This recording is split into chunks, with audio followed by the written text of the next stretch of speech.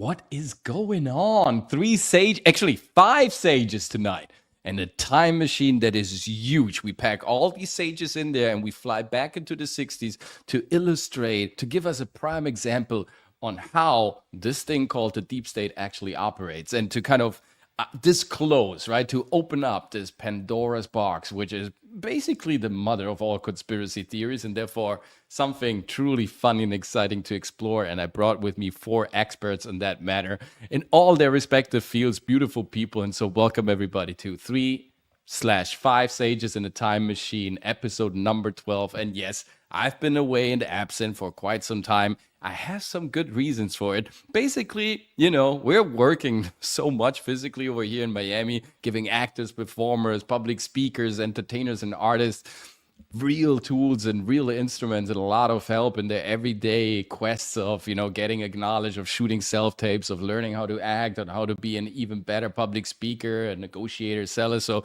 therefore, we've been really kind of rolled over and overwhelmed also with the work. And now we think we get a bit more of stabilized grip on the schedule, and we at least try to shoot the 3 Sages episode at least once a week. We have to come together. So welcome everybody to 3 Sages in a Time Machine. Welcome back to the chat. It's beautiful to have you here. It's such a power. We've been raided already.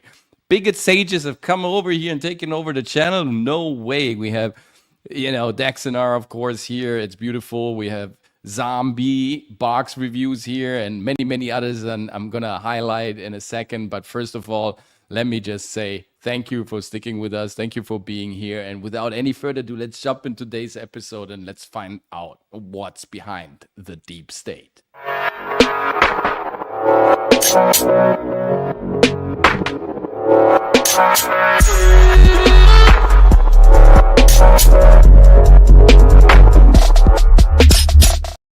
And let's give a warm round of applause to my fellow bigots. And I'm really honored and privileged to have, great guys and fellow brothers here on the show to kind of, fight the good fight. So welcome, Words of Paradise, Dragon Slayer. The problematic white citizen is also here. And of course, guys, we need to invite him. Otherwise, he's offended, even though he smells a little bit. But hey, what would a show of 3 Sages be without Ryan, Roger, Ethe as well? So welcome, everybody. Thank you for being here with me.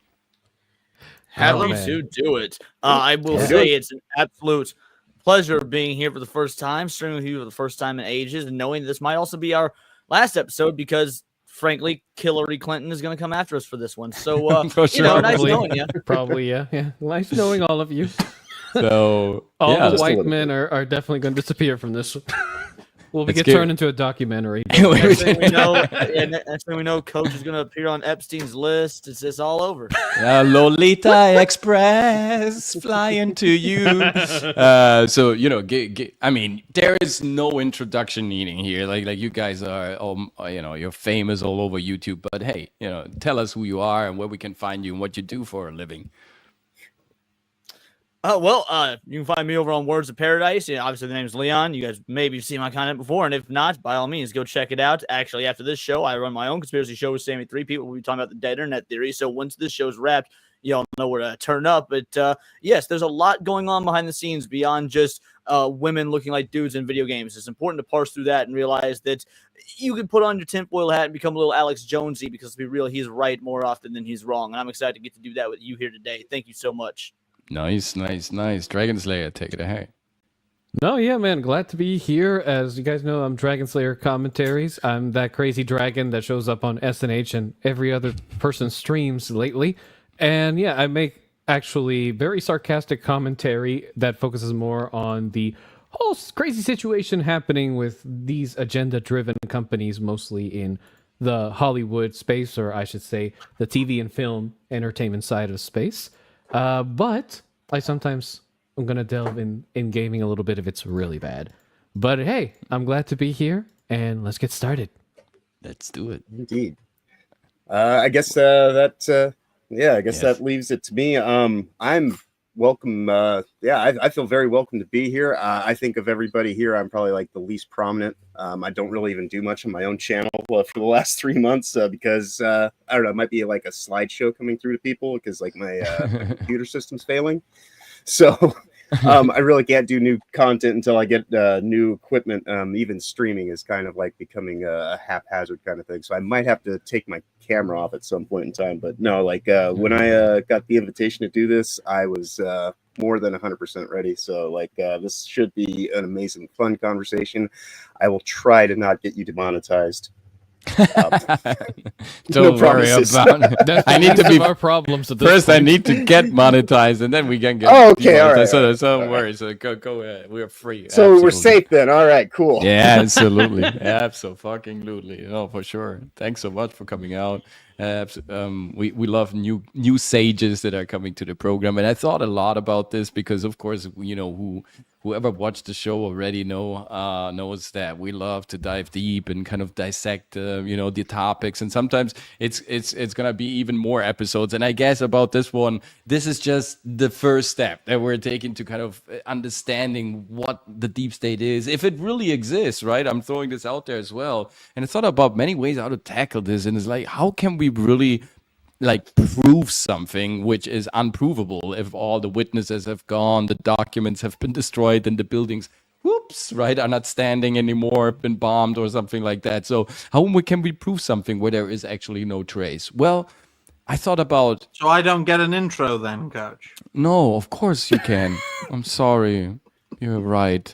He's George R. R. Martin. He wants to say something too. Please tell us. Special guest, George R. R. Special guest, George R. R. Martin also joins us. It's incredible. Thank you so much. I mean... Well...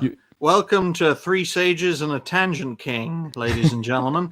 That doesn't make any sense, but I'm going to say it. It's great to be here. Hopefully we'll have a great talk about what is undoubtedly a real thing that exists not only in the United States, but all across the world. Every deep state, where there's a government, there's always a shadow and a deep state. But it's great to be here. It was great to raid this fine... Thank you. And fingers crossed, I don't drive myself mad through scheduling. But if I do, this guy, the problematic white guy, can easily step in for me. What was his name? Infinite Retro, a big, bold Australian dude called John Captain Conspiracy. And I think that's a great description of this fine fellow. So here's to a great talk. Yes. These are the people that we need. Yes, exactly. No, and that's so fascinating, right? Do we need, as human beings, conspiracy theories? Maybe, like, this is a question before we start with the facts, and which are like, maybe we need those stories. Maybe, I don't know, like they remind us of something, or is it like the natural product of any society at a certain point to get corrupted in a way to achieve certain goals, and therefore trying to build substructures that are not official, that are somehow operating in the shadows, right? Because the deep state is about that. It's about this shadow government, this shadow existence, this duality, this parallel universe, right? That operates somehow on a different track.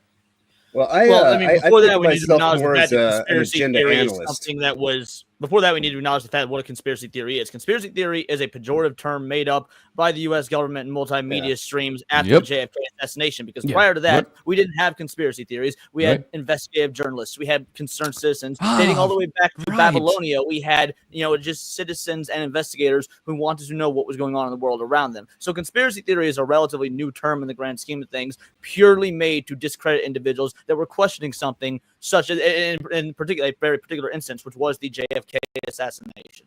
Right, And it was then coined by the it was coined by the CIA. It already started at Roswell, of course, but then the real. But even in Roswell, that term was never actually used. Yes, Yeah, but it didn't become popularized until JFK because there were connections. For some reason, there were connections about just the revealing of secrets regarding the nuclear arsenal the U.S. was developing at the time, and then rooted in UFO conspiracies, alien conspiracies, and also, the fact that there was also another conspiracy that the U.S. government wanted to use the Bay of Pigs to basically stage their own version of 9/11 on Cuba in order to have an excuse to invade the island and take away from the communists. But we're going to get into that later. The first time it was actually used was on CBS News.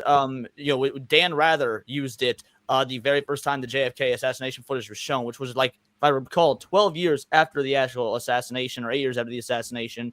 And in those 8 years, people were questioning what had happened, why it happened, and it took that long for the footage to be shown. And that's when, I don't know if it was Dan Rather himself who said or one of his guests on CBS that night, but used the term as a pejorative. And that's why it has been effectively a naughty term ever since. If you're a conspiracy theorist, you are, you're crazy, you're zany, you're kooky, you're hokey, because it initially got introduced into the public zeitgeist as a negative thing, despite the fact that conspiracies happen. Conspiracies always happen. Conspire has a definition, and theory just means an idea you have about something. There is nothing that should be inherently negative about it, but it was put in our minds on public, news as a negative from the moment of its inception.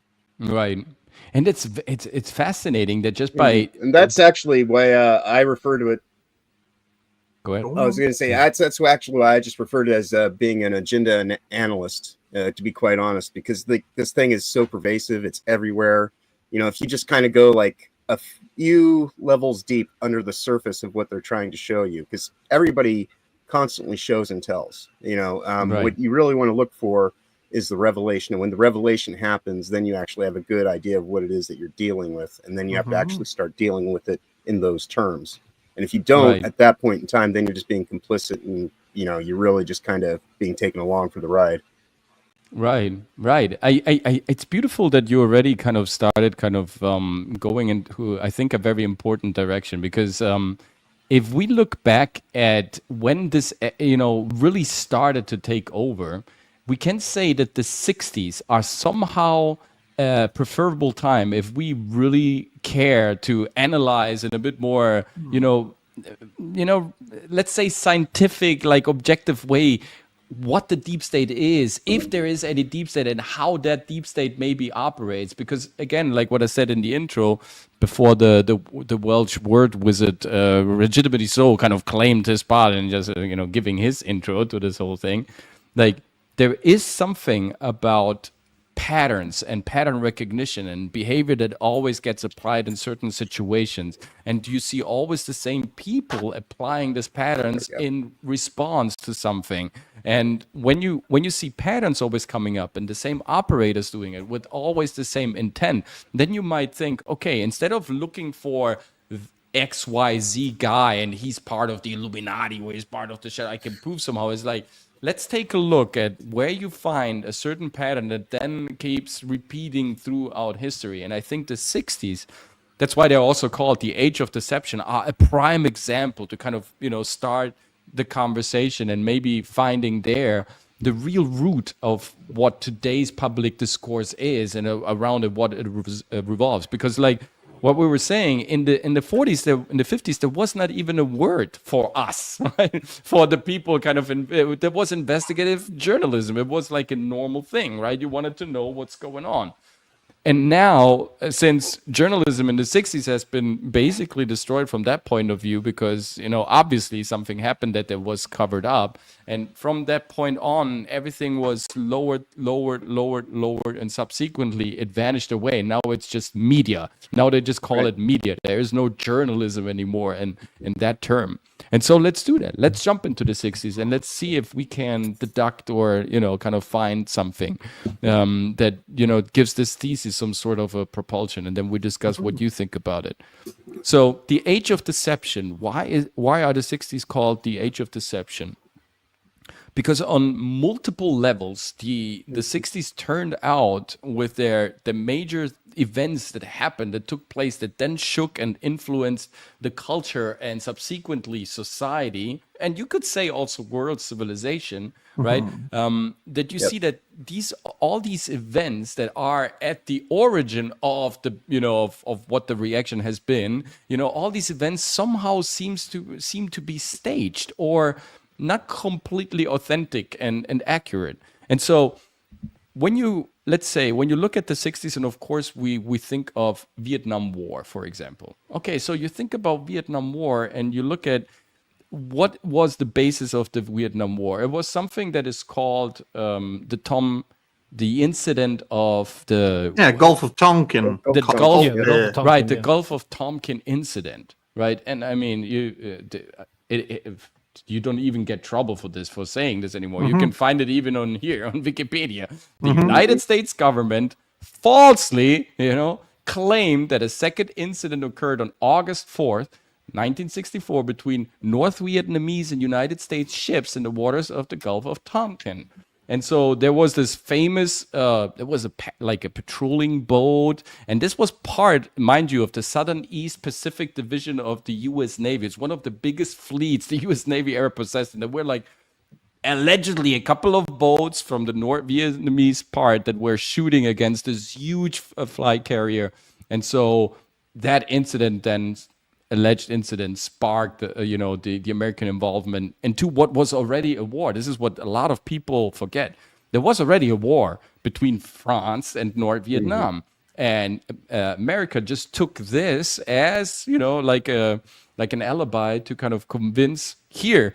Remember, there was the draft, right? You had to go to war. Now, also, I think it's important to point out that this is actually, it goes on earlier than this, because you have Operation Northwood, which was in 1962, which was the false flag operation where the CIA planned a terrorist attack to kill U.S. civilians, blame it on the Cubans to get us involved in the war. That JFK, rightfully so, shut the fuck down because he said we are not killing our own civilians. However, Operation Northwood is a far bigger conspiracy than or I should say far bigger, but I would argue a more important conspiracy just due to the fact that it was something that, frankly, that's why one of the main reasons JFK was killed for another. Yes, something they never admitted to for years upon years. Operation Northwoods is a now known false flag that was said was fake. Absolutely.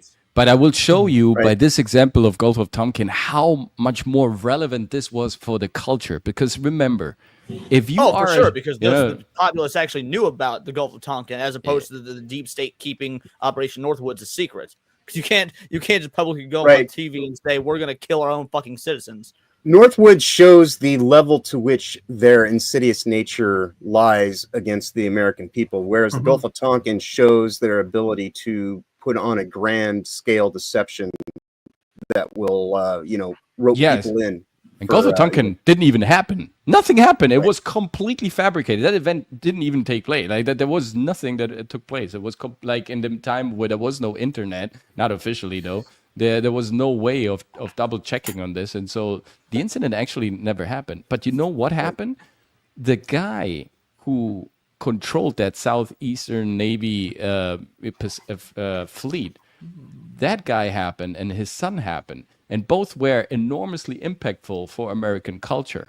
So this is Admiral George Harrison, who was in charge that day. And on August 4th, 1964... He also wrote While My Guitar Gently Weeps. Man of many talents. Yes, because this over here is his son, Jim Morrison. And this... You might know from... Right. This is a year before... The Doors. So here he was, perfectly college dressed, fine, haircut, all beautiful, proud of his father with him on one of his, flight carriers. And a year later, he became the icon, the leader, the absolute prophet, the Lizard King, the guy who never steps on the ground, the Jesus of counterculture. But here he was with his father, who was high-ranking Navy official, one of the biggest stars in the Navy, and you can see well decorated, and of course also connected to the Navy intelligence.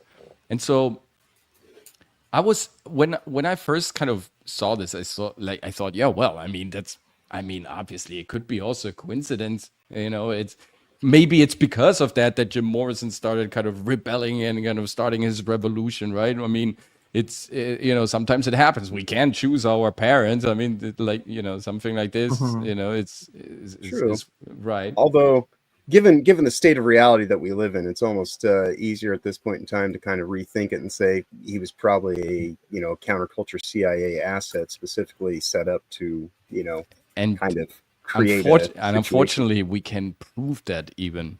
So the thing is very funny.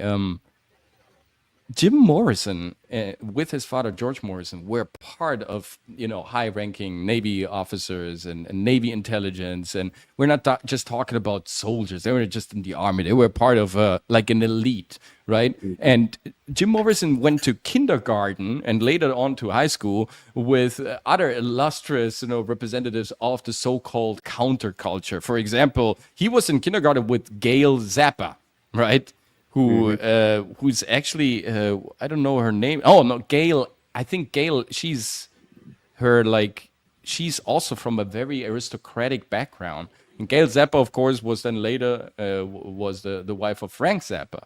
Now, the father of Frank Zappa is Francis Zappa, and Francis Zappa was part of the arsenal of the Edgewood Arsenal in Maryland. He was part of military intelligence. The father of Frank Zappa was part of the PSYOP, which later became MK Ultra, and he was a scientist working as a chemical researcher for weaponizing, and chemicals and creating weapons out of it, and also manipulating perception and using chemicals to alterate state of minds and everything. Later, that became psychological warfare. So we have another like a high-ranking official, like big guy, who was deep down, with PSYOPs, black operations, and kind of, realms where the law and the constitutions of the United States were not observed anymore, right? And one of his sons become one of the most prominent, of course, again, like symbols and idols of that thing called counterculture. Yes, psychedelic warfare. Now, the interesting thing is that Gail Zappa, his wife, went later to high school after kindergarten, and in high school she met John Phillips. And John Phillips, of course, is one of the writers and leaders of Mamas and the Papas. He wrote Let's Go to San Francisco. And the wife of John Phillips was Susie Adams, who was a descendant of the Addams family, one of the founders, one of the founding fathers of the United States. Mm-hmm. So this is all American aristocracy. This is all elites from the highest top levels. And we're seeing Mamas and Papas, The Doors, Frank Zappa, Morrison, already these four all coming together in Los Angeles in the mid 1960s. Because the first album that was released from Woodstock, from the so-called counterculture, was released on the summer solstice of 1965. Gee, that's not symbolism. it's right there in front of your eyes. Right. So these people coming together at special constellations, special celestial events, alignments, are coming together and founding a new culture that was somehow architected already, you can see, or at least connected through anything else but the people and, the regular folks. This was not something that, the crowd really wanted. These people came from the East Coast, went to Laurel Canyon, very good neighborhood, very fancy already at that time, and not some, low social life type of environment, and started this new musical revolution. And all their parents were part of the, high intelligence forces behind the scenes in the United States. Right. Well said. I mean, when you described the connections between the different individuals involved, it was like seeing a spider forming a web. And that describes, in my view, that whole conjuring. They set up a base, they showcase their activities to the people like luring flies to a web. Not to be eaten physically in this case, but to be filled up, fill their minds with a new way of doing things. And younger people are appealed to new, fresh, exciting things. And that's what got the counterculture rolling. And not just in the 1960s, but also into the 1970s as well. I dare say that in the United States in particular, the 1970s culturally was the legacy of the previous decade, just continued to its natural end. Right. And it's also interesting, the counterculture, and then you might take it from there, because maybe there is a connection. Well, I think there is definitely a connection. Counterculture started when JFK was dead.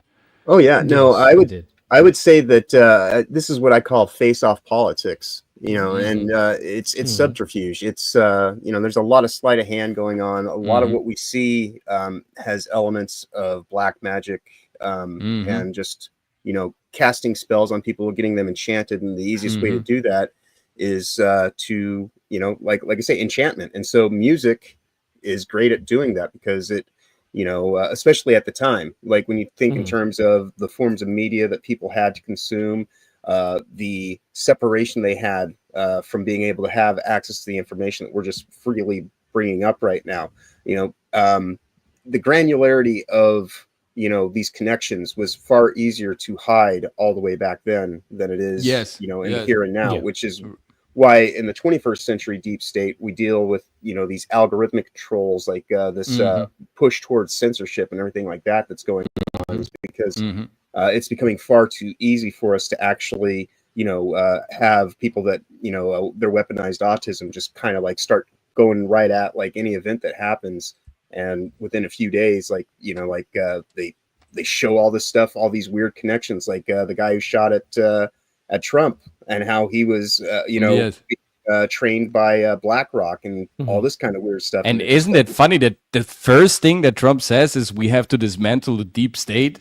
Right. It's like the first thing that he addressed. And also, if you maybe we can show the clip, or someone might find the clip, the way he's talking there, we haven't seen it during this whole election campaign. We have never seen him talking like this.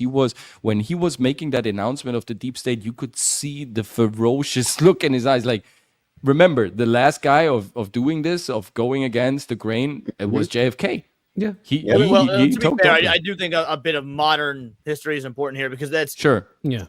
Trump immediately tapped Vivek Ramaswamy after Vivek dropped out, and Vivek ran his entire campaign on eliminating the deep state. So Trump pulling this idea, I'm gonna be real, it's not because he got shot. It's because he has somebody as smart, as well-read, as intelligent, and as driven as Vivek in his corner pretty much from the get-go. So I was just surprised that it was the first thing that came out, right? I mean, it's definitely one thing. I mean, the guy got shot 2 times and evidence disappeared. People got cremated after 10 days. House got cleaned. Cell phones got destroyed. So maybe there is something there. But, but still, I was surprised that it was the first announcement that he made, and also the way he made it. It was like you could see that he really tries to dismantle something that is so encrusted and so intermingled with our administration, with the so-called swamp and the sea, all this stuff, right? I mean, we've heard it so many times, reverberating through the movies, through the songs, through pop culture and everything. But now there is a president, and this hasn't happened for a long time, for over 60 years, that he is addressing it clearly, saying, making the right affirmation, saying, I know who you guys are, we're coming for you because you are the first obstacle to democracy in this country. Right. And to the Republic as which it stands. Let's not forget about the Republic. And they're actually the worst enemy, because it's the enemy from within, the one that looks just like you, the one that and the way that they go about trying to use forms of media to be the tastemakers, as it were, and things like that. So even when you think that you're getting away from it, you're just being led to it in a more elaborate scenic path, and would you like to address this problematic? Let's see. The question I'm confused here. Isn't John? Let's see. Yeah, John works fine. I'm confused here. Isn't the deep state just referencing the part of the government that isn't elected? Well, I mean, the deep state kind of goes beyond just that. For me, when I think of the deep state, it's of course, one part of it is the bureaucracy state that stays in power regardless who's there. But quite honestly, if you look at the last 40 years and the way that it entrenched itself in every facet of our life, one of the biggest factors of the deep state are these money markets like Wall Street, and the stock exchange and everything like that, because a lot of the uniparty's dealings are able to be done, behind closed doors, where everybody can be bipartisan, because they really don't give two shits about that. They just want power. They want control. They want, the ability to kind of have, and then the others be the have-nots.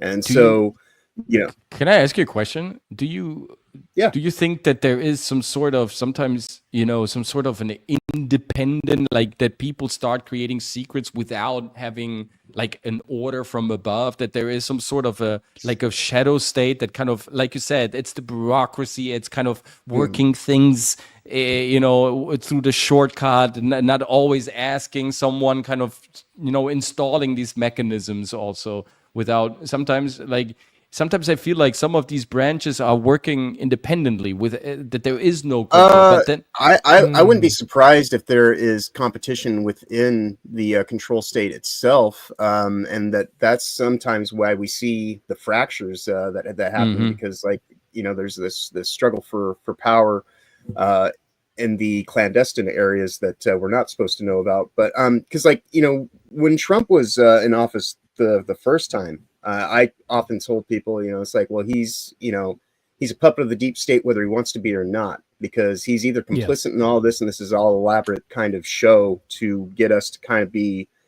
thrown off the tracks, so to speak, or they're quite literally just using him and his bombastic personality and like his, you know, larger than life character as something that they can kind of work around or work through, whether he's, you know, fully on board with it or not. So like, because like that was the thing about, you know, January 6th was most definitely, you know, a deep state operative that has taken place. And, you know, like they just kind of like used Trump's, you know, him saying, go down to the Capitol, be peaceful and all this and that. But they were able to mechanize that and turn it into their narrative and spin it, you know. So quite remarkably. I mean, what they did there was, to be honest, I mean, it's just like, this is the ingenious way of these nefarious processes, right? Like what they do there, it's genius. How they put people up against themselves, how they, you know, that's always fascinating. And of course, by holding public opinion in their hand, they can, you know, kind of direct the stream of opinion, what type of tendency you create towards a certain news. There was this guy, Edgar Ribe, right? He wrote propaganda, which was used by Goebbels and Stalin, but later on he migrated to the United States and he was picked up by Project Paperclip. And over here, he designed the new marketing system, and it was called the engineering of consent. And so Edgar Ribe prophesies that it's not necessary in order to control a population to kind of, you know, it's rather creating a tendency what they tend to believe. Basically, you want to make them think they're making the choices themselves. Exactly. When really you are guiding them to make the choices you want them to make. Inception. It's the same concept as if you're a politician and you want to raise taxes 5%, you tell the people you're raising them 10%. And then when they get mad, you say, okay, sorry, we'll raise them 7%. Then they're going to get mad again. You say, all right, we'll meet you in the middle. We'll only raise them 5%. And then the people be like, you know what? Fair enough. We won. We didn't get we were able to fight them out of 10%. We'll take 5. When really they wanted 5 to begin with. They made you think you got what you want. When at the end of the day, the 5% tax raise was what they wanted from the get-go. It's a little bit like a Starbucks price model, right? Very Machiavellian of them. I mean, I have to say, it's not like they didn't grab these tactics out of thin air. They had existed prior, right? But the thing is, the deep state usually realized early on that at least they've learned from past history, that a population that is aware of their rights, that is aware of, you know, what is righteous and what is wicked, will easily impede the greed that usually these kinds of individuals have. I mean, the only reason we even got to this point, let's be honest, is because for the longest time they were able to play this game of subterfuge, successfully. And the only way they were able to do it is due to the fact that they were able to control the flow of information for a long time. Now, when the internet came out, obviously they tried to get in early on it. There is a my God, I don't remember the name of the Netflix documentary, but it's called Octopus Ring or something like that. Well, DARPA created they did a secret program where like even a journalist ended up getting killed over it in the late 90s, where he was investigating through some sources about the fact that the US government was trying to get involved in basically getting in their own programming in order to begin the early stages of what we already know that Edward Snowden exposed later on, which is just spying on people through their internet activities. Okay, they were patenting this way beforehand. They were trying to get in early on it in order to get the upper hand on any potential enemies, but also to get a closer look at their citizens.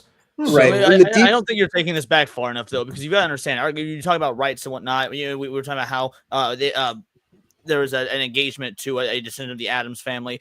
You got to remember, our country was quite literally founded by the deep Freemasons. state. The Freemasons were the deep state of the Enlightenment era. So Yeah, I mean, Well, they this were is one. They were something that one They of still many, factor into but it. they were the these strongest. today. Yeah, And let's not forget, like the Masons, they have a close link to the Templar Order, and also Yes. without trying to go Rosicrucia, too far back, the Templar sorts of Order. stuff.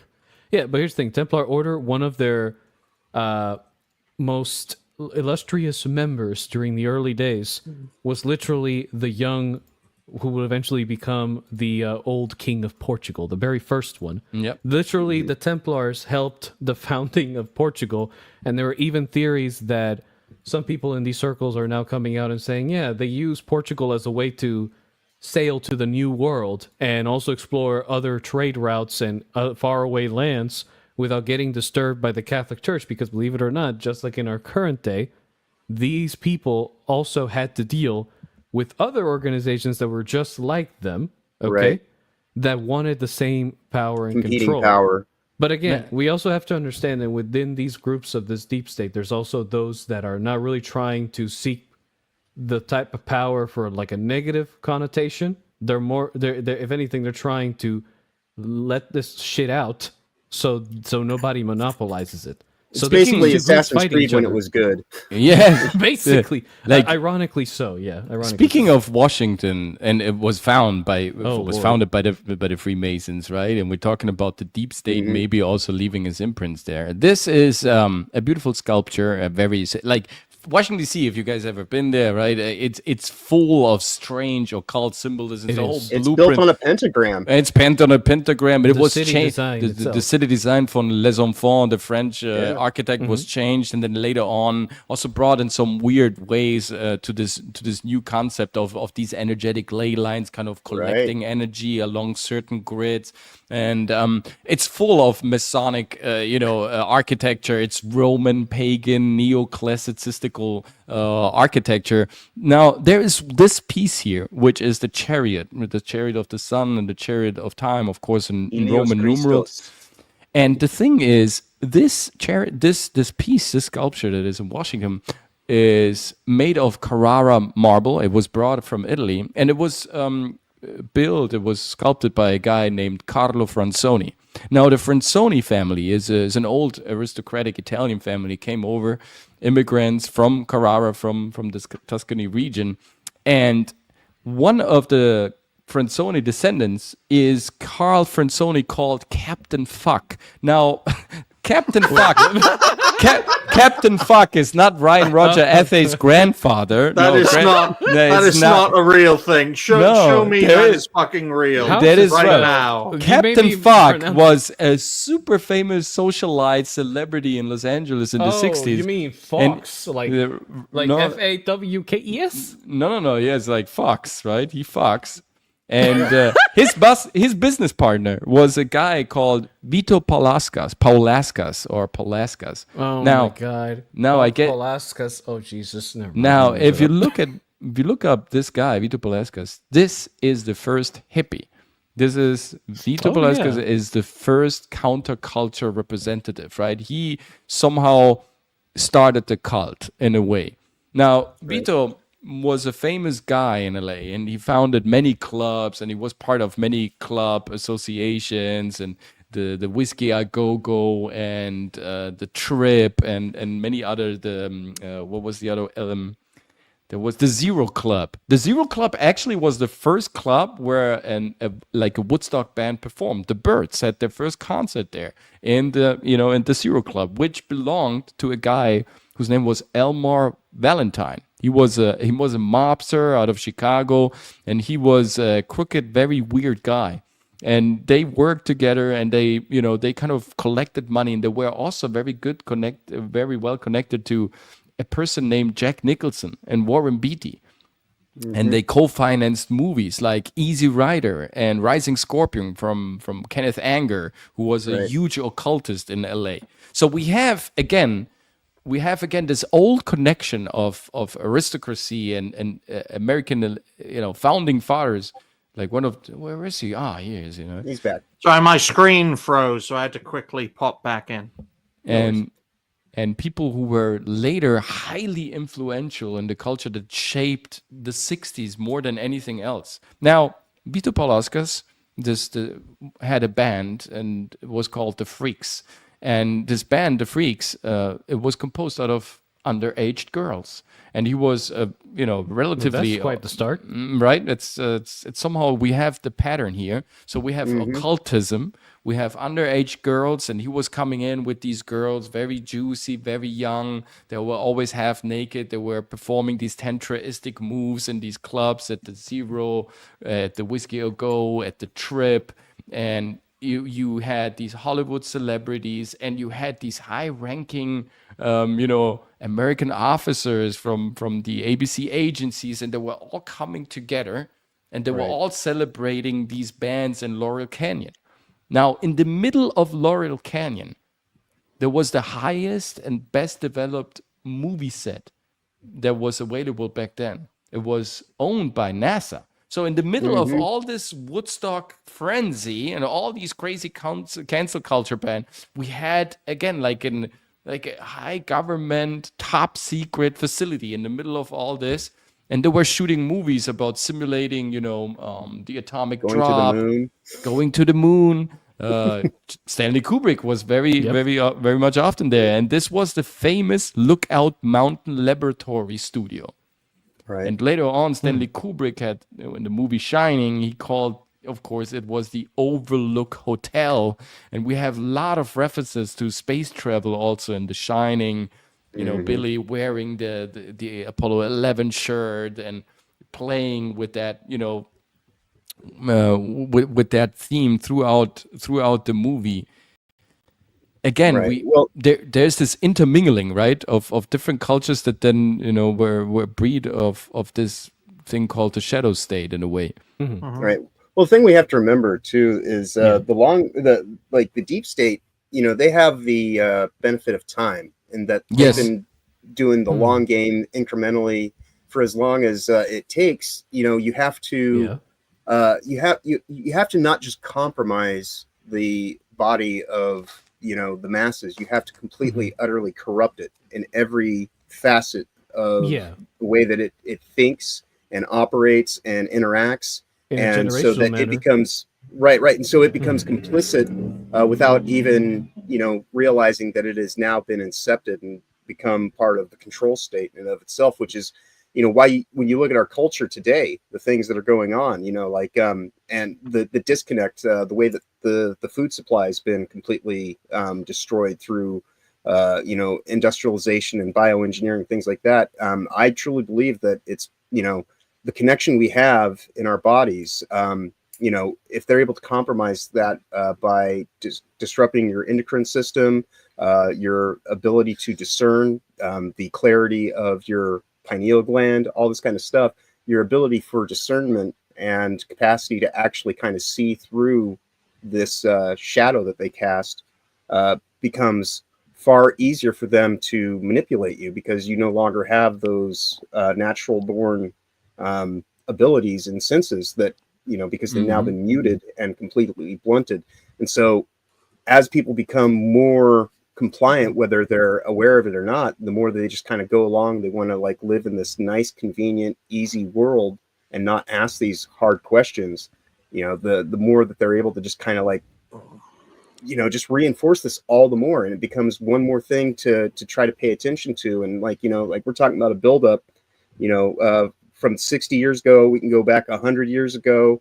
You can just plot how they've been doing this. When you talk about, you could make the argument, John. You could make the argument, and it does go back a very long time. Yeah, that the deep state, in one way, shape, or form, has always existed. Right, and that's what I was shadow to human being. Yeah, and that's what I was going to say is that's why their reliance on using young children. Because nowadays we sit here and we say, oh, that's reprehensible. How dare you? You're a whole bunch of PDFs and all this kind of stuff, which is true. But when you go back through time, that kind of sacrifice and kind of usury was commonplace. And so for them, for us, it's 2024. It's new modern times. For them, it's just another year. in a long-standing war that they've been doing to kind of like, try to make the world theirs and, get rid of all of us useless eaters that stand in the way. And like now that robot butlers are just right around the corner, you better believe like their desperation to get rid of us is at an all-time high. Yeah, I mean, one thing I do have to admit, like, people don't understand how far like these deep state bloodlines go. So, okay, I should probably make it sound a little bit more. Oh, that's what you're admitting. Yeah. Oh. What? I mean, oh, shut up. Coach, you are mute, by the way, Coach. Just to let you know. Oh well, yeah. Like you muted yourself on StreamYards. Yeah, because because of me. But I will say this, right? So in regards to the deep state in general, right? So people forget these groups, as John mentioned, they've existed via their own bloodlines for a very, very long time. Some of them can even link themselves to any sort of royal bloodline that if they trace it further back, it can either have its origins in royal families, in what people would call the cradles of our human civilization as we are aware of it, right? The limited timeline of archaeology, remember. I mean, it's crazy. Not just to mention, just to chip it in, and then you can go on with your endless tangent that will annoy the heck of all the people now listening to us.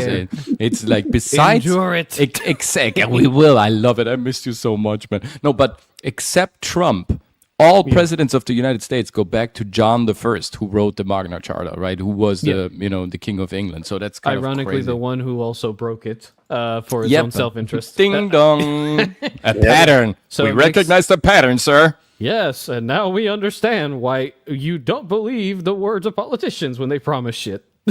They're all descended from a fucking liar. Oh man, but no, in terms of.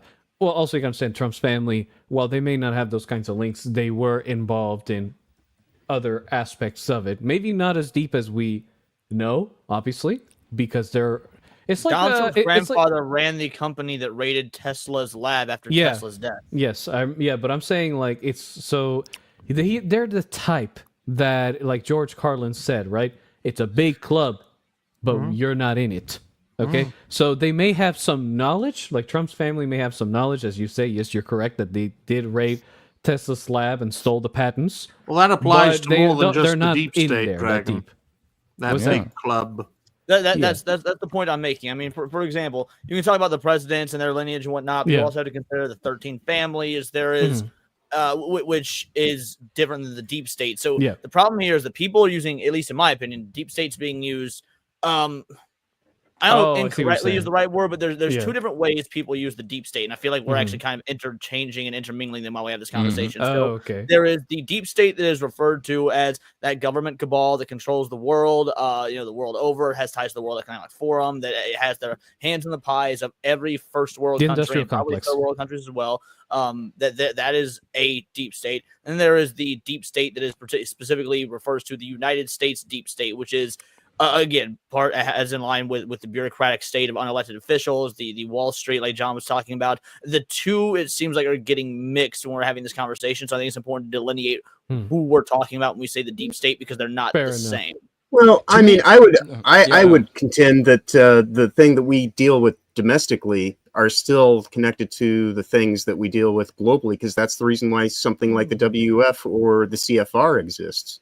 There's a lot of same organizations, right? But there's a lot of NGOs specifically, though, that are internationally based, where they all meet together and talk about. One is an inefficient, what was thought to be a pragmatic attempt at managing bureaucracy, whereas one is quite literally a power-hungry cabal. The two couldn't be more different, even if their goals and alignments to intersect by whether it be coincidence, whether it be engineering, but the point is, the deep state is something that needs to be defined if people are using it in two different ways. Right. That's going to sort of muddle the message. For example, can I just and then you can take it? Go for it. No, go for it. It's your show, home. We're just living in it.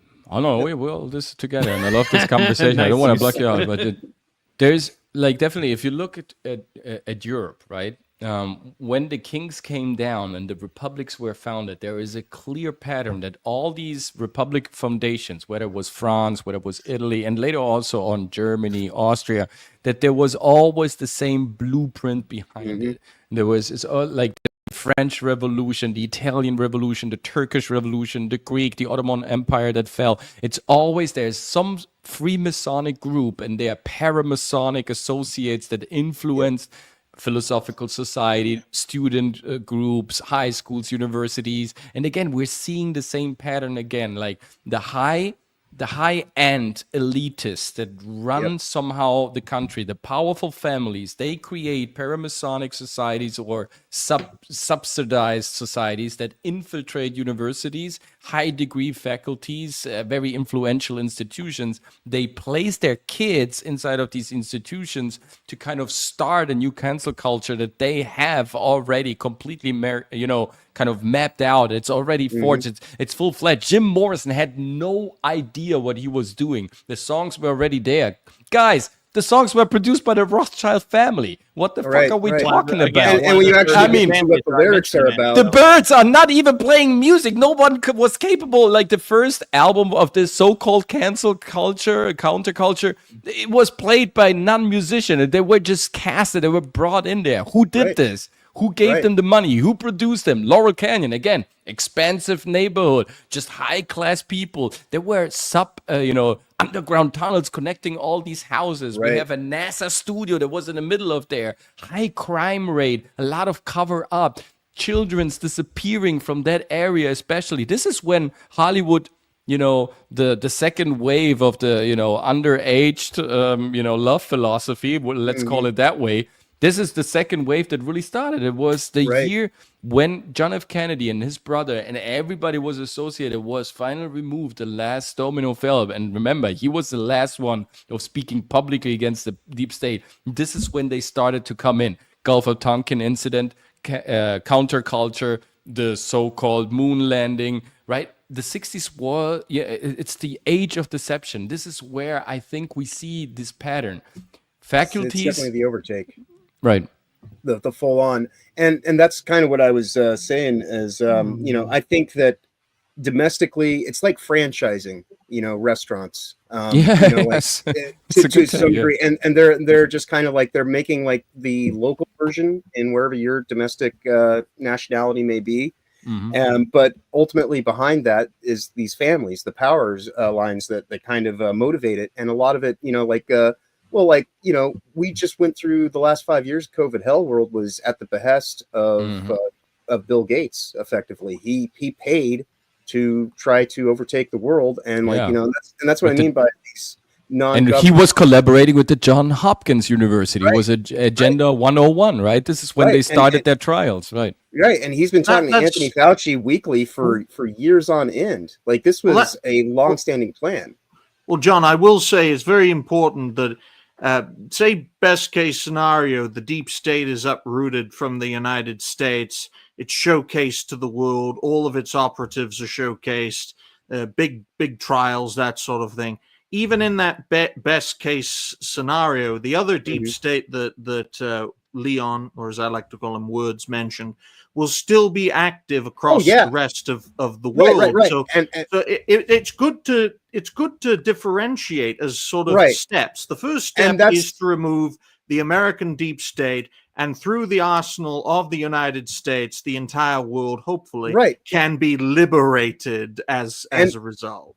And that's actually what I was getting to the point of is they would much rather, this is again, black magic, sleight of hand. And so they would much rather have people think that they've won the war and then go to sleep. And so they are willing to get rid of the quote unquote deep state that we're talking about, the bureaucracy one. They're going to offer that up as a sacrifice. As a sacrifice, a scapegoat. Yeah. Right. So people get lulled back into a false sense of security, and then they just keep going right at it as they are, because we are now living in the day and age of real-time censorship.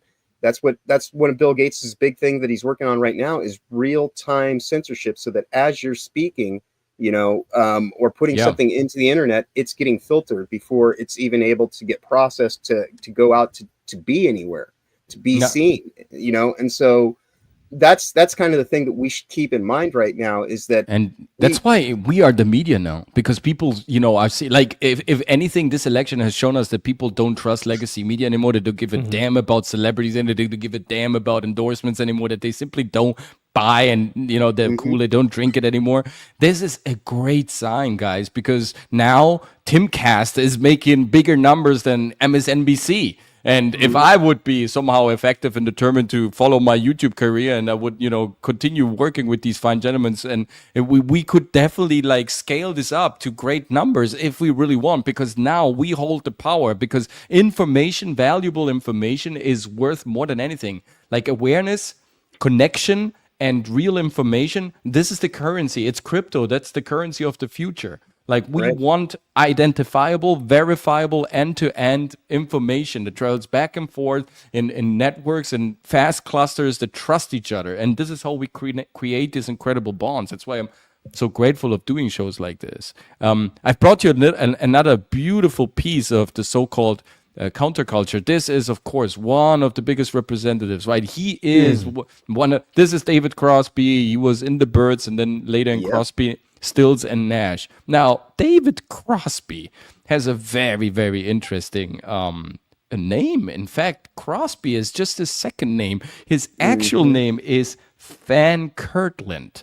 Now, if you look up the Van Kirtland family in the United States, we are talking about, this is Dutch, old, aristocratic, founding father type of level of family, right? The Van Kirtlands, they are up there with the Vanderbilts. Well, the Vanderbilts are just a construct, actually, of the Dutch, Secret Service. But the Vanderbilts, the East Asia Trading Commission of the Netherlands, all these people, I mean, they owned New York. They, like the Van Kirtlands, they had governors, senators, mayors. They were highly influential administrators. Yeah, New Amsterdam. New Amsterdam. This is him. That's David Crosby. Now, his father, also a very interesting fella. He, in 1927, he just happened to be in Haiti, and he helped Haiti to develop democracy, right? And you will never believe it. Like, he was there with a cooperative. It was already a PSYOP in 1927, and his partner was John Phillips' father. John Phillips being one of the founders of Mamas and Papas. So this is crazy beyond imagination, that this is just some sort of coincidence. And in Laurel Canyon, we find all these people. Stephen Stills, out of Crosby, Stills, and Nash. His father was a high-ranking diplomat working for democracy development in Costa Rica and also in Panama. And go on.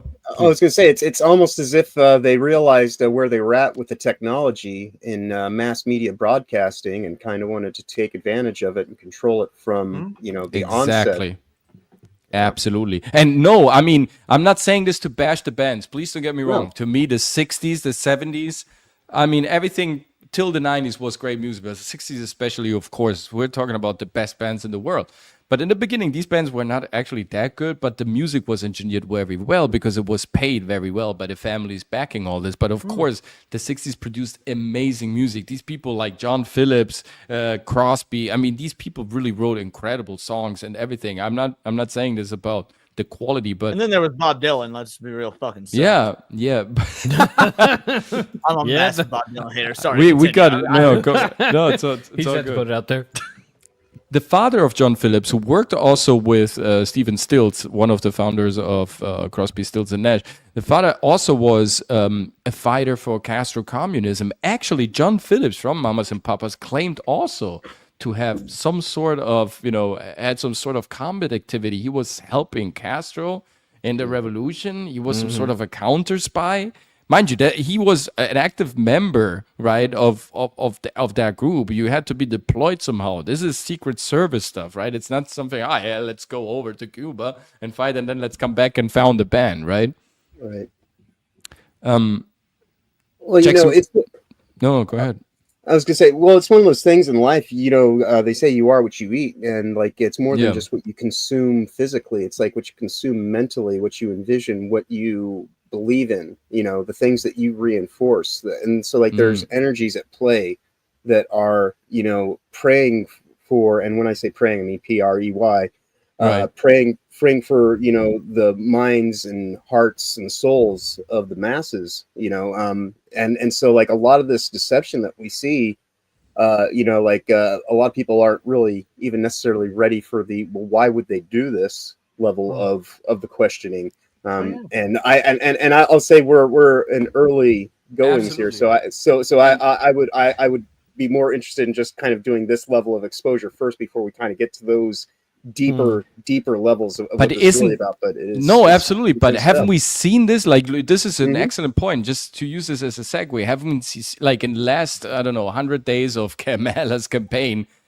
It was exactly what happened in the 60s. They took the so-called pop culture, they fed them, they shoved money down their throat, and they pushed them forward for some sort of endorsement. It's like, endorse my culture, right? Bring this culture of change, of hope, of joy, right? Influence the masses. They need to vote me. We use you as a vehicle. Don't forget who produced you. Like, why is Jay-Z's label called Rockefeller? I mean, you're was already taken. So, but no, but in all reality, you make a good point bringing up Kamala and her campaign. But notice what happened; it didn't work this time. And why is that? Because we have the access That's my point. The internet. We have individuals like us. We have individuals who are put our own livelihood and frankly lives at risk talking about this openly in a public forum. I mean, how many people do we think that Hillary Clinton has killed? Like, let's be real, free speech isn't exactly free. However, it didn't work, and it didn't work because the deep state is, at least in my opinion, losing power. Now, they're still super all mega powerful. Just because your big bad anime villain went down from 100% power to 98% power doesn't mean they're going to lose. But they've lost some modicum of power, which is why this is it's important to parse through and get more and more people to wake up to, listen to. I mean, you say shit that sounds like QAnon nonsense, which turns out some of that might not even be nonsense as well. I mean, think about the guy that did Pizzagate. Oh, the guy that debunked Pizzagate. Guess what? He ended up going to jail for 2 years ago. Raping toddlers. So, So the point is, there is becoming more and more individuals who are culturally and socially aware of the concept of the deep state. Now, just because you know about it doesn't give you the power to stop it. That becomes the question that becomes, how do you stop the deep state? And as much as I hate to admit it, minus some sort of full-scale civil war or whatnot, people versus the elites, you do need people in power But this is how we get them. But this is how we get them. Think of X. Now X is a platform, right? This has shifted completely the discourse, right? It shifted the narrative and the culture. Before it was in the hand of, Jack Dorsey. Let's not dive into his life, right? We know exactly who it is. And the moment it shifted into more freer hands, of course, Ryan, you just tell me when you need to move, my man. It would be nice to have a solid conclusion because Woods described it very well. Talk about cherry on top of the cake. And the opposition is weakening. And more, I think the internet was its own bloody lab leak because it's clearly not working in the opposition's favor, folks. More living proof of secret technologies behind the scenes that are deliberately kept from the people because they haven't cornered the market for it. Coach, it's been a pleasure. Great to be back on this show. I got to limit it to an hour, otherwise I'll get streaming psychosis and I'll do crazy things.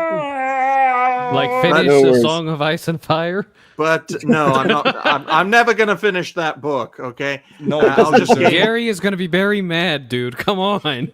We're relying on you, Ryan.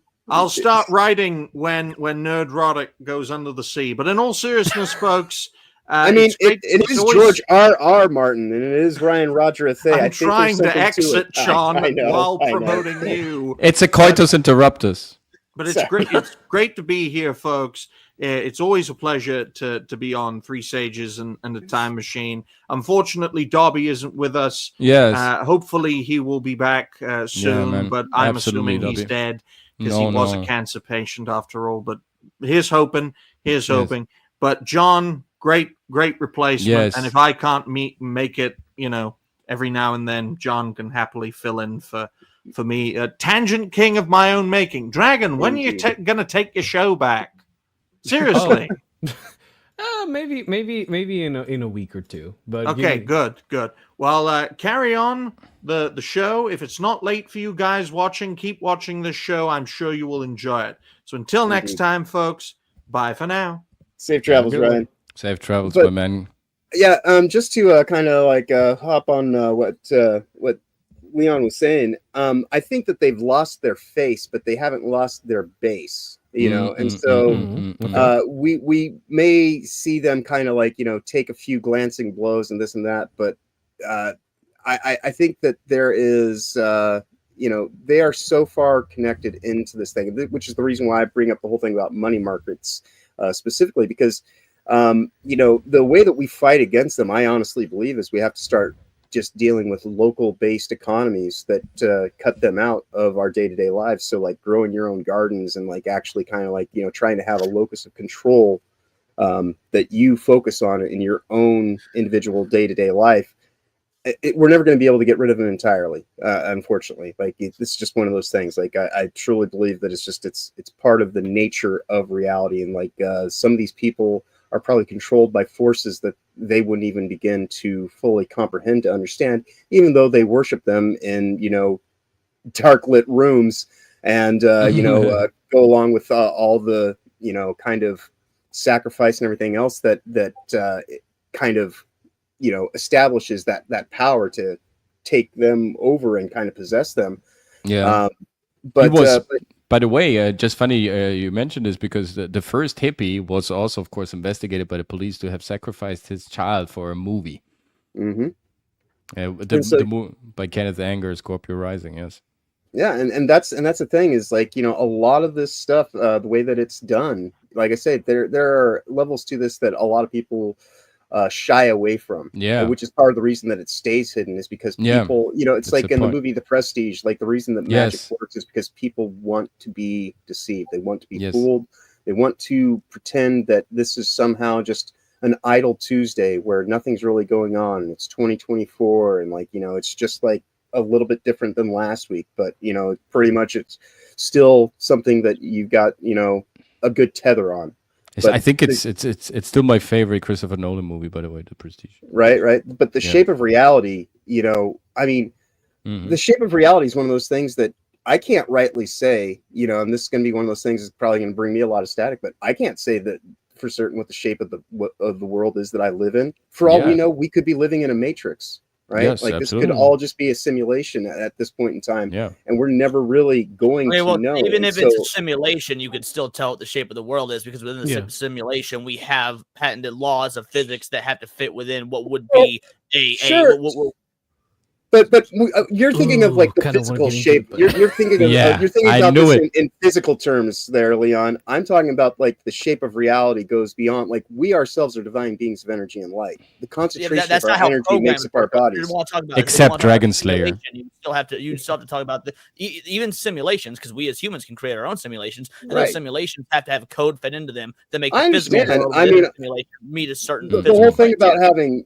Right. The whole thing about design is having control and, like, you know, giving, you know, form and shape to everything. This is what world building is. And conscious awareness, that is the key word here. The reason why, so yes, in a way, yes, you could say that everything that is around us is a simulation, because, well, if it's even scientists these days, even the most, let's just say, official channels, scientists that would have never said this 30 years ago are admitting little by little that most likely existence itself is just pure consciousness, and that if we take the simulation... Well, no. What you're referring to is the Boltzmann brain theory. It is not saying that existence itself is most that consciousness itself is most likely. What the Boltzmann brain theory is that the idea of being effectively a brain of void, basically a singular brain that is projecting the idea of consciousness to create the world you live in. That is a mathematical God equation. Consciousness living, creating its own existence to experience itself in multiple different. That is actually that is a mathematical equation to actually prove the existence of God. It has nothing to do beyond what is or isn't most likely. It does, but the mathematical equation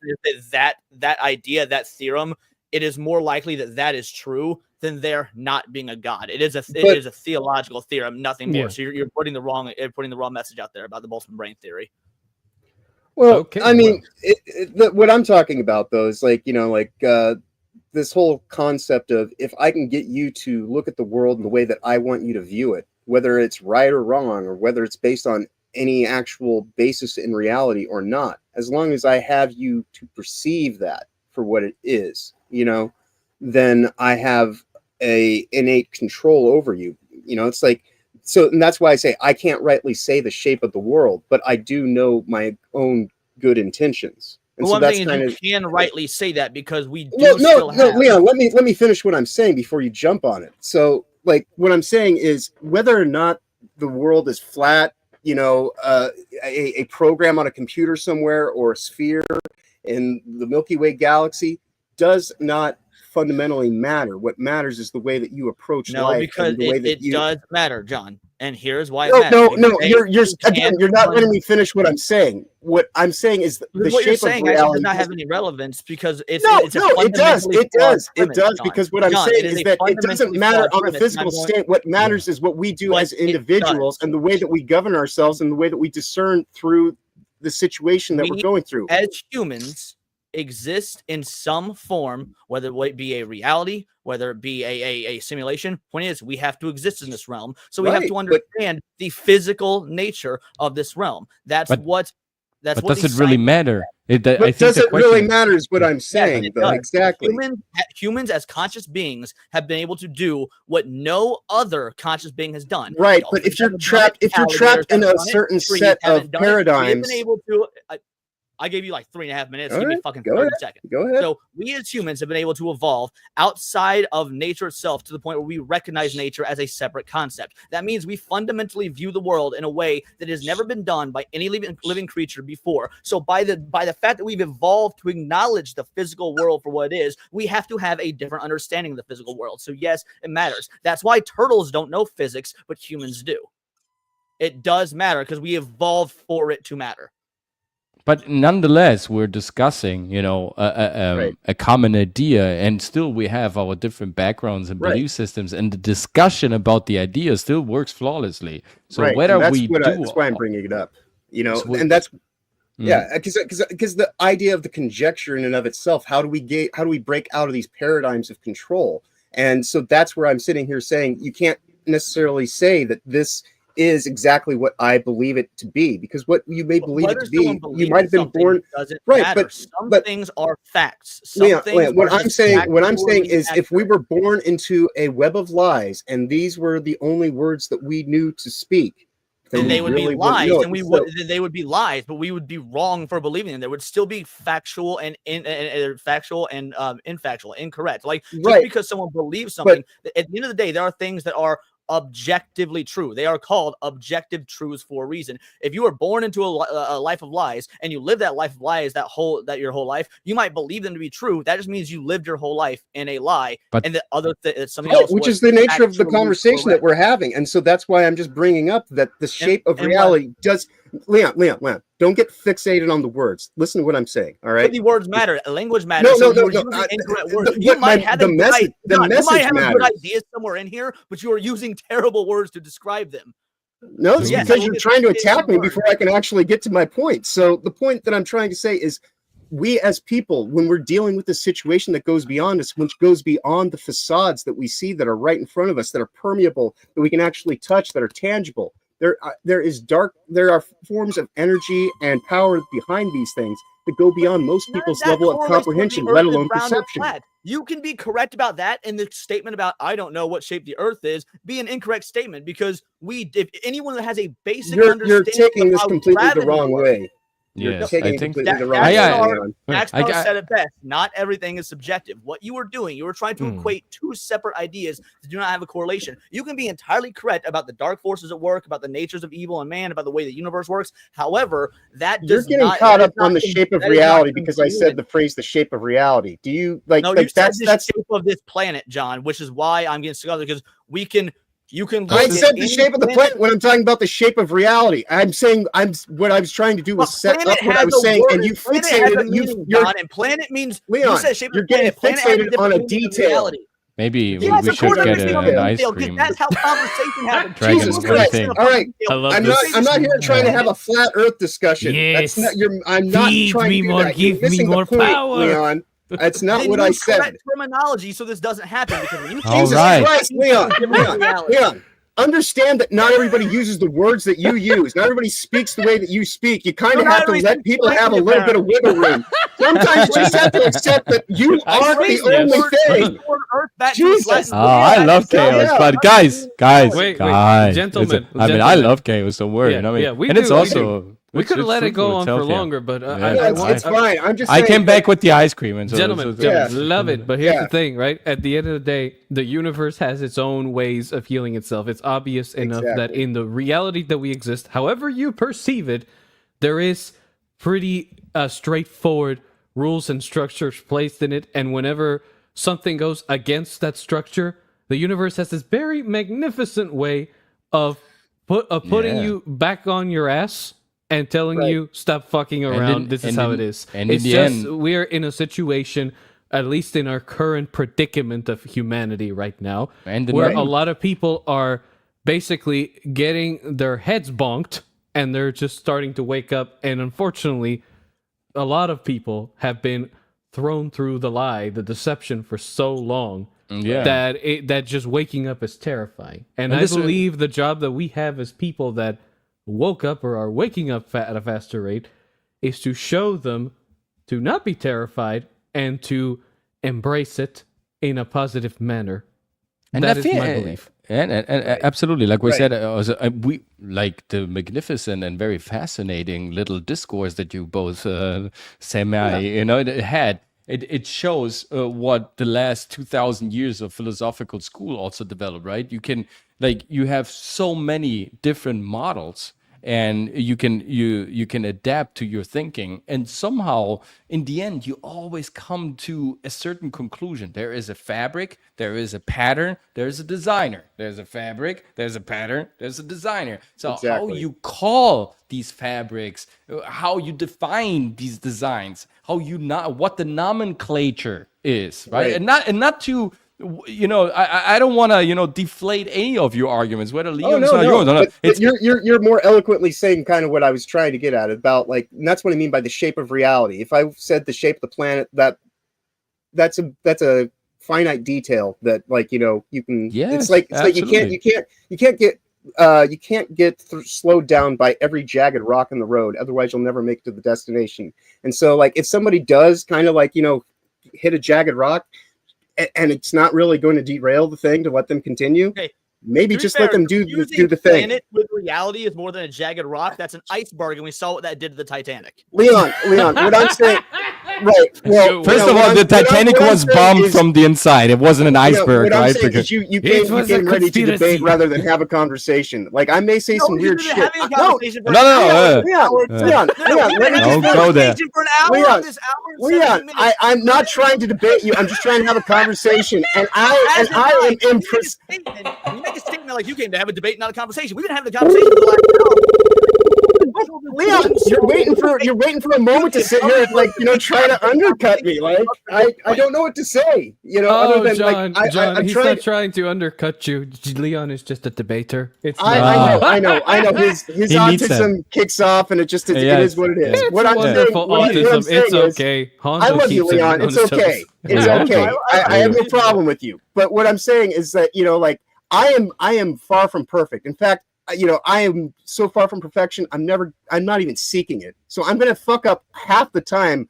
And some of the things I Nice, say, I like you that. kind of just have to, like, just kind of take it as it comes. And, like, it's like, this is why I'm such a big fan of Twin Peaks. It's not necessarily about every little detail that's in there. It's about what it's actually kind of trying to wash over you and kind of get you to see through the mystery and all of that kind of grandeur and the wonderment. That's what the stuff of life is actually made of.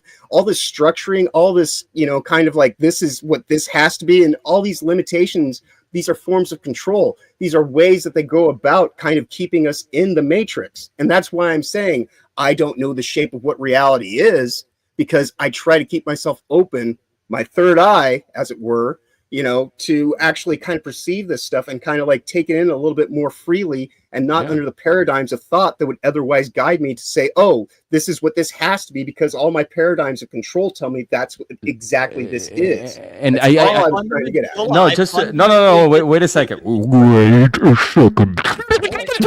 So the interesting thing about, and this is I think also what we're meeting here, right? Yeah. By the way, this is a very distant relative of mine, right? PATANÈ is an Ellis Island name. Really? Yeah. It's a tier of. It's the island of Tyr name. PATANÈ didn't really exist before. It's a corruption of a Scottish name, which is PATANÈ, and I'm a PATANÈ. So I have Scottish blood and ancestry, and he has too. And yes, very interesting what he said there. And it just kind of to show also what perception of something is, right? But I was thinking about something else, and why I love this discussion, this back and forth, is also this reason is. That's the beauty of the universe, of what something that we call the truth. Everyone has the right to explore his truth, his fundamental truth. And this is what philosophers do. And then how they look at the world is, of course, sometimes fundamentally different. And again, the nomenclature, of course, it matters, but it also matters to the single being and how that single being can define his world. And I mean, we've seen this in an extreme way with transgenderism, right? Coming up like it was with the counterculture in the 60s, right? I'm defining my own being, my own sexuality, my own religion, my own faith. If I want to worship Satan, so be it. So, and then again, we have this coming back now, again, also triggered by the system, by the mechanisms that are kind of, holding the levers of power again, as it was in the 60s. But here it is, when we subjectively and objectively look at all these things, the fact that we're discussing this, the fact that we have the freedom and the liberty to also define it for personally for what it's going to be, and kind of fight over it, argue over it, discuss over it, that already is a new chapter in that perception of what reality might be and what the deep state, because this is like reality means illumination. Reality means the things that we can see, that we can perceive with our senses, and that we feel is real, right? It's when the room is lit, then we can perceive the room. If the room is dark, then we can't see the room. We sense there is a room, but we can't see it. So we need light. And so where there is light, there is shadow. And so where is the active state, there is the the subconscious state. Where is the vivid state, the organic, there is also the shadow state, the deep state. And so this discussion shows that at some point, like, people need that polarization in order to form their own opinion. We live in a dualistic universe. I've got 9 minutes left. Allow me to rebuttal, because we're getting into something that I think needs to be said, because you brought up philosophy, John brought up something else I feel like needs to be rebuttal. First of all, people need to understand what philosophy is. Philosophy is quite literally the study of the nature of knowledge. Now, knowledge itself has its own philosophical definition, which is something that is which is a justified true belief. True being the operative word. True is something that has to be believed to be accurate. So when you have a justified true belief, you're doing philosophy. Philosophy being the study of the nature of knowledge. So when John says something along the lines of, hey, I'm going to fuck up along the way, you need to accept that. No, actually, you need to do the opposite. You either yourself need to course correct, or B, if you don't realize the mistake, somebody else who does realize it should course correct, guide you towards a course correction, which is what I was doing there. But people seem to have this misnomer about, oh, my truth is no. That's not what philosophy means. Philosophy is not about my truth or your truth. It's about studying the nature of knowledge, which is something that hypothetically should be applicable amongst humankind, not at an individual level. Just an individual comes up with certain ideas, then we see those ideas can be tested throughout the course of the human psyche.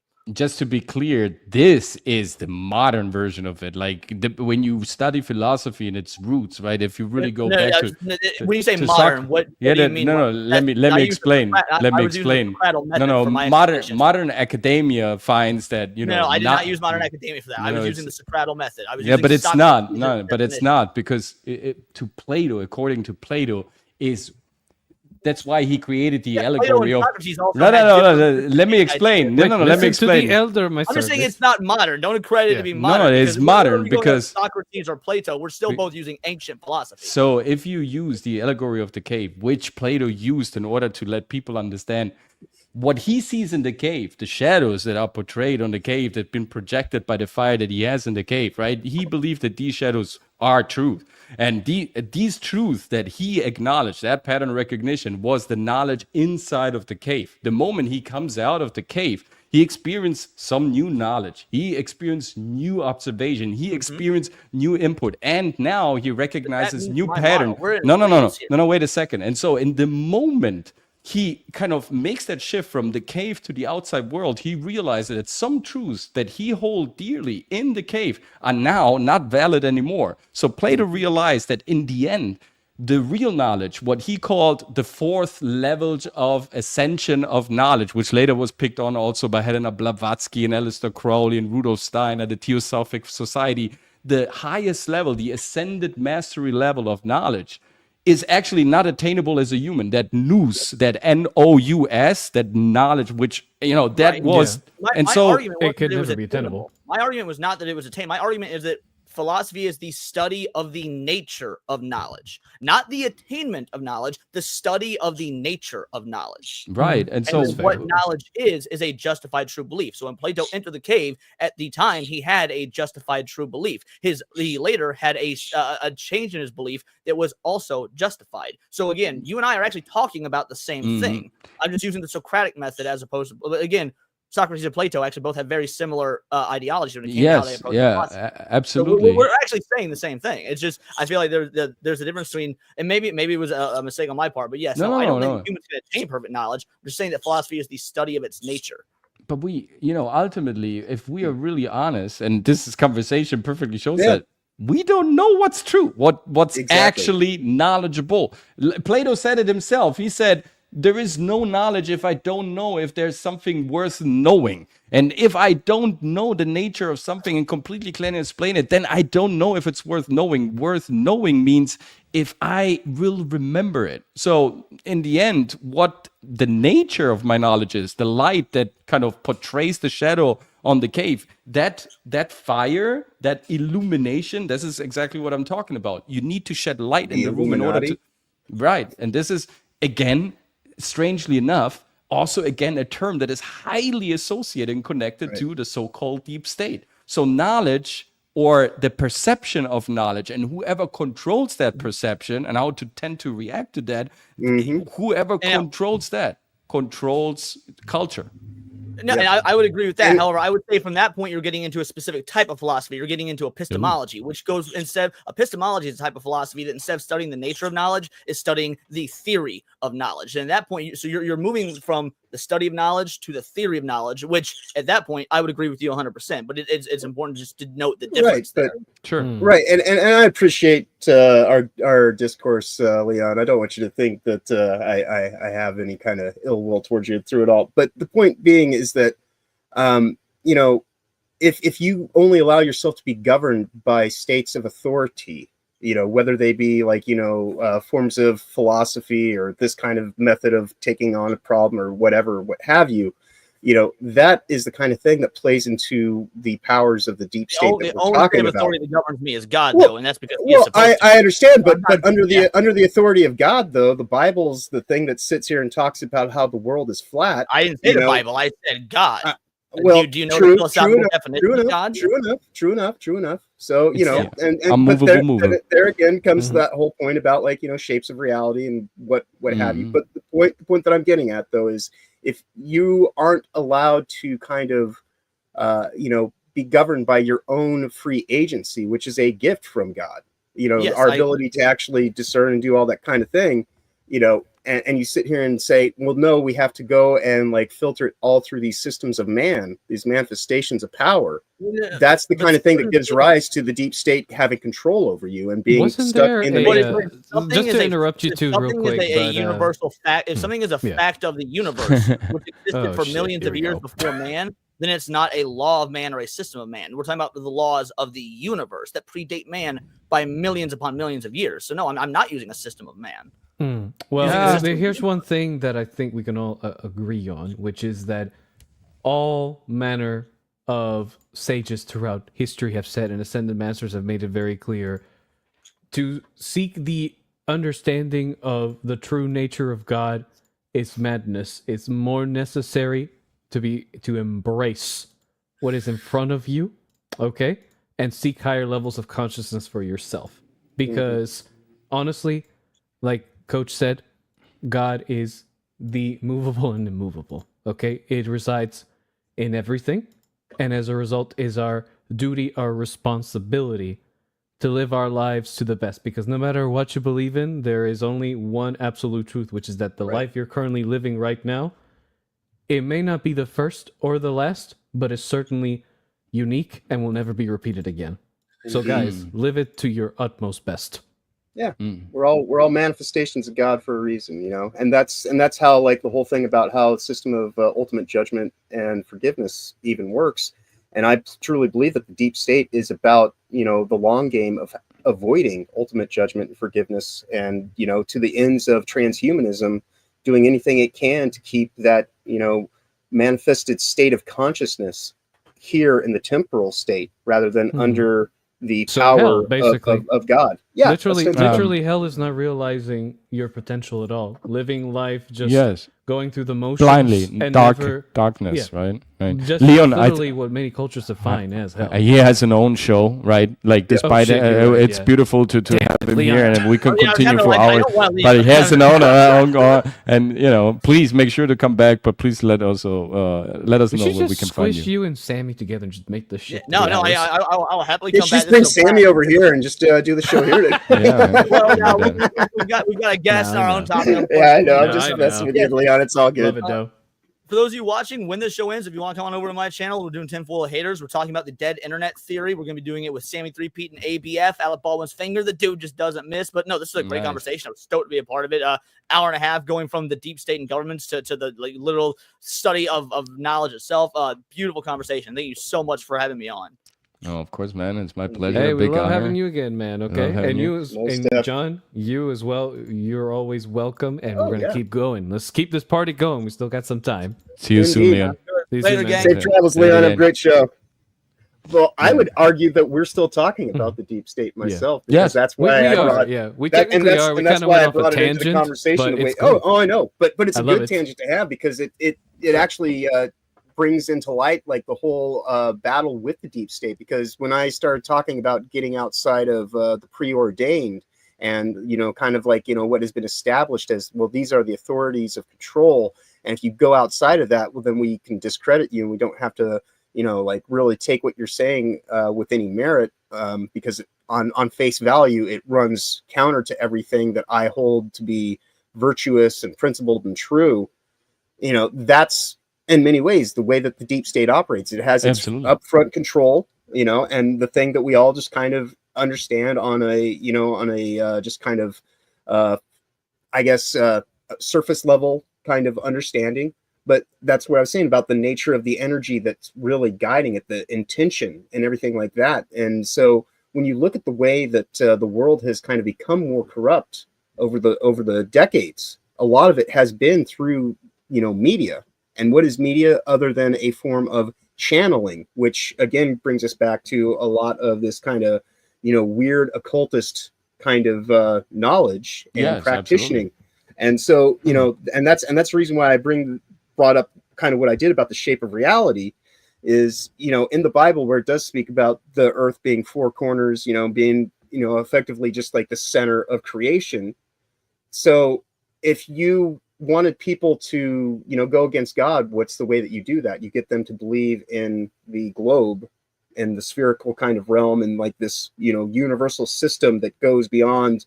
And not to say that that's not the case, but that's the whole reason why I say I don't know the shape of reality around me, is because I still have, you know, I still have the belief that, you know, it goes beyond my rational reasoning or comprehension as a mere human. And, you know, the power of God that guides me and kind of helps lead me through it in my own weird kind of walk of faith, you know, is certainly like nobody else's. And, you know, that has kind of been a blessing to me, quite honestly. Like, I've gone through some things that I would never want anybody to actually fully understand kind of where my reasoning and my, you know, perceptions come from, because they're from some pretty dark experiences at times. And so, you know, I'm not sitting here saying, well, everybody should go through that, because then they totally get exactly why I'm saying why I'm saying it.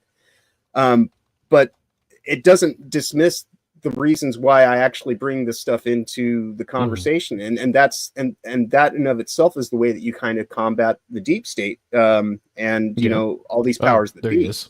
Yeah. Sorry, I Yeah. was wondering, So- like, all of a No, sudden, Deep just me State and kicked you. me out. Deep State kicked me out. They kicked out your Indeed. camera. Oh no, he's back. Censored now. in He's real back. time.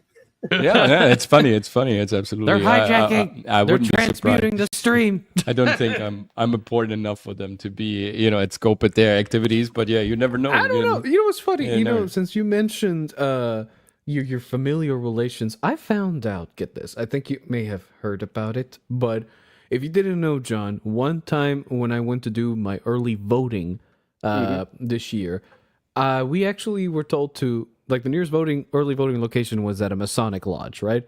So we go, yeah. So Scottish we rite. go, yeah, exactly. And you know, they were showing like the pictures of all the Grand Masters for every year since like 1926 or something like that. And my dad was looking at them all fascinated, and then he just goes out of nowhere. He goes, "Oh yeah, you know, now I think about it, my grandfather. This is my great grandfather. Right? He goes, yeah. yeah, my grandfather. I remember he joined. He was a member of an order called the American translation is the Knights of Light. The name in Spanish is Los Caballeros de la Luz. Okay, Right. So apparently I found out. Stop it was doing your a- fake accent. No one believes that you're Mexican. You know, you're Well, white. Mexican shit. Damn it. Los Caballeros de la Luz, señores. Okay, so nice, basically, this was a splinter order, not a splinter order, more like an extension of the Masonic order that was created in Cuba before the Cuban Revolution. Some of them went off to Spain to establish their own chapters there, and others established the official one in Philadelphia, of all places, you know, Of city of course. brotherly love, where the brothers gather and create a new It's chapter. the freedom bell, right? Yeah, the exactly. Bell, right? And the fire so god. after they established it, they came back and basically aided in all the revolutionary efforts. And by the way, the most famous poet in Cuban history, Jose Marti, was also part of this order.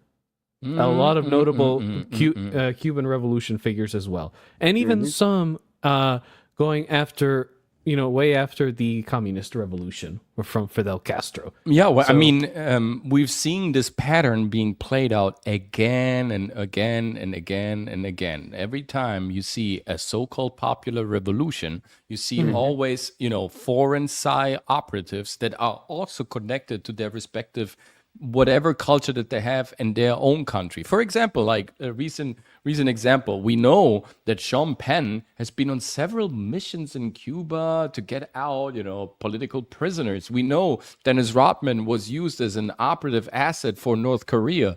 We know that a lot of Hollywood celebrities have UN passports, diplomatic passports, that they are, you know, always invited to some whatever presidential dinners, let's say, if we say kindly, to very questionable political leaders all over the globe, and Axios and the like. right. So they are operative assets. We know that was it the movie, actually a good movie shot by George Clooney, right?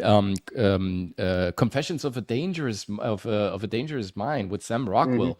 That is a true story. The inventor of the quiz show, the inventor of the Wheel of Fortune. That guy, that Benny guy, he was a CIA hitman. He was, you know, in Eastern Germany, and he was operating for Russia and the Czech Republic. And we have a lot of those stories going back from entertainment, culture, going back into being CIA operatives or secret agents or, you know, diplomatic assets for their respective country. As if it's a normal thing, right? If you think about Frank Zappa's manager, Herbert Cohn. Herbert Cohn was in Congo in 61, and we know exactly what he did there. He was a CIA operative, and they were not happy about Louis Mumba being elected as the first Democrat. And we know Congo, how rich it is, and still today we're getting our, you know, palladium, partially iridium, all the good stuff that we need for our electrical cars that will save the planet. Yeah, Right, this is what, cars. Right. yeah, right. That are there, right? And all the stuff comes out of the Congo, and the manager of Frank Zappa was there to aid the democratic values, and of course Lumumba was then was toppled over, as well as the same thing that happened in Latin American countries over and over again. We know that Stephen Stills, again, Crosby and Stills, like he was in Vietnam in 63 and 62. Working alongside the French in secret covert operations as some sort of a counter agent, whatever. It's like, how is this possible? How is this possible that all these rock stars are working for the CIA, the FBI, and these agencies? Even still to this day, and that's one of those things why I always often tell people, like, there's more honesty in fiction than there is truth in the news. Wow, and, that's beautifully said. Yes, and the reason they do that is so that when you see it play out, because it's that whole thing about perception and reinforcement and manifesting, right? The concept of manifesting is very big, in the occult, and so they have to plant that in your mind's eye first. Because if they just came out and did it right in front of you, you'd have a visceral reaction. Yes. So that's like why, in The Simpsons, you mean, when we see all these... Right. And so that's what I mean by the long game. They have the ability to kind of take their time to get where they're going. Because, like I said, the more they rely on a corrupted body of, but people. John, do you think it is also because... I mean... There is a reason why they segregated for another 75 years the JFK files, right? I mean, they disclosed the UFO and UAP files, but then they pushed back for another 75 years. But they're going to keep going. They're going to keep Is it maybe possible that members of the deep, and for both of you, this question, and I mean this seriously, because we're always talking about the long term, and I always found myself like, how, like, it is so hard to even keep track of a plan for 10 years. How are these people, let's say, from the founding of the new republics in Europe, that's like 300-400 years ago, how are they still keeping this game active? So whether they are vampires, like some entities that live for an extended period, or like what we're seeing also, the rumors coming out of Hollywood Hills again, that they somehow have some sort of means to prolong life, maybe? Like, I mean, I used to work in a holistic naturopathic doctor's office, right? And so one of the treatments they have there is called UVBI. It's an ultraviolet blood infusion, right? Okay. And so what they do is they take your blood out of your body, they cycle it through a UV light, which will kill out all the impurities, things like that, and then they cycle it back into you, basically rejuvenating your blood. Along with that, the reason why so many celebrities look so young, they use this cream that Oprah Winfrey produces. It's made out of human foreskin, and I'm not even joking. So the whole thing with like the adrenochrome, the this and that, the things that they do, it's kind of like when you talk about the border crisis. And children kind of that aren't part of our system that go missing. If they were never here to begin with, they were never able to be tracked. How would you even know that they were missing, right? And so the separation of families, things like that, there is some thought, some conspiratorial mindedness, maybe just me, that thinks that, these, kids that are coming through the southern border are easy to kind of relinquish from their families. And then, take to an Epstein Island, take to one of these mini birthing facilities, just use in general sacrifice and all this kind of, and it sounds terrible, and it is terrible. But the thing of it is like, if it sounds terrible, the realization that that's not even just something that I'm just saying, and that this is actually like the state of reality, we live in the exact same world that we used to live in. It's just the facades have changed. Have you ever heard about the term the Cabbage Patch Kids? Yep. So right. But go deeper into it, because I'm sure you're talking about more than just the toys from the 1980s. Yes. So there is this very dark, and I'm just starting to explore that. When I'm saying starting, it's more than 2 years. But before I can really lay it out, I really need to be safe and secure about what I'm talking here, and so everything Which is that comes the reason, I'm just going to say it really quick. This is the reason why they made up the Cabbage Patch Kids in the 1980s, is to cover the thing that you're about to talk about. Right. To deviate from that, and so There is this, absolutely. We have the phantom time crisis, right? There are at least 300 years we can't really account for. And by all means, this is not Lorenzo, the coach, the crazy guy from Miami. This is Newton, Formolenko, this is Kepler. The world's greatest minds, even Dürer, Leonardo da Vinci, said some of the world's greatest minds have all come to the conclusion that in between 300 and 1,000 years have been just artificially added to our scavenger chronology, which is our timeline, by the way, because people know Judaism measures time in a different way.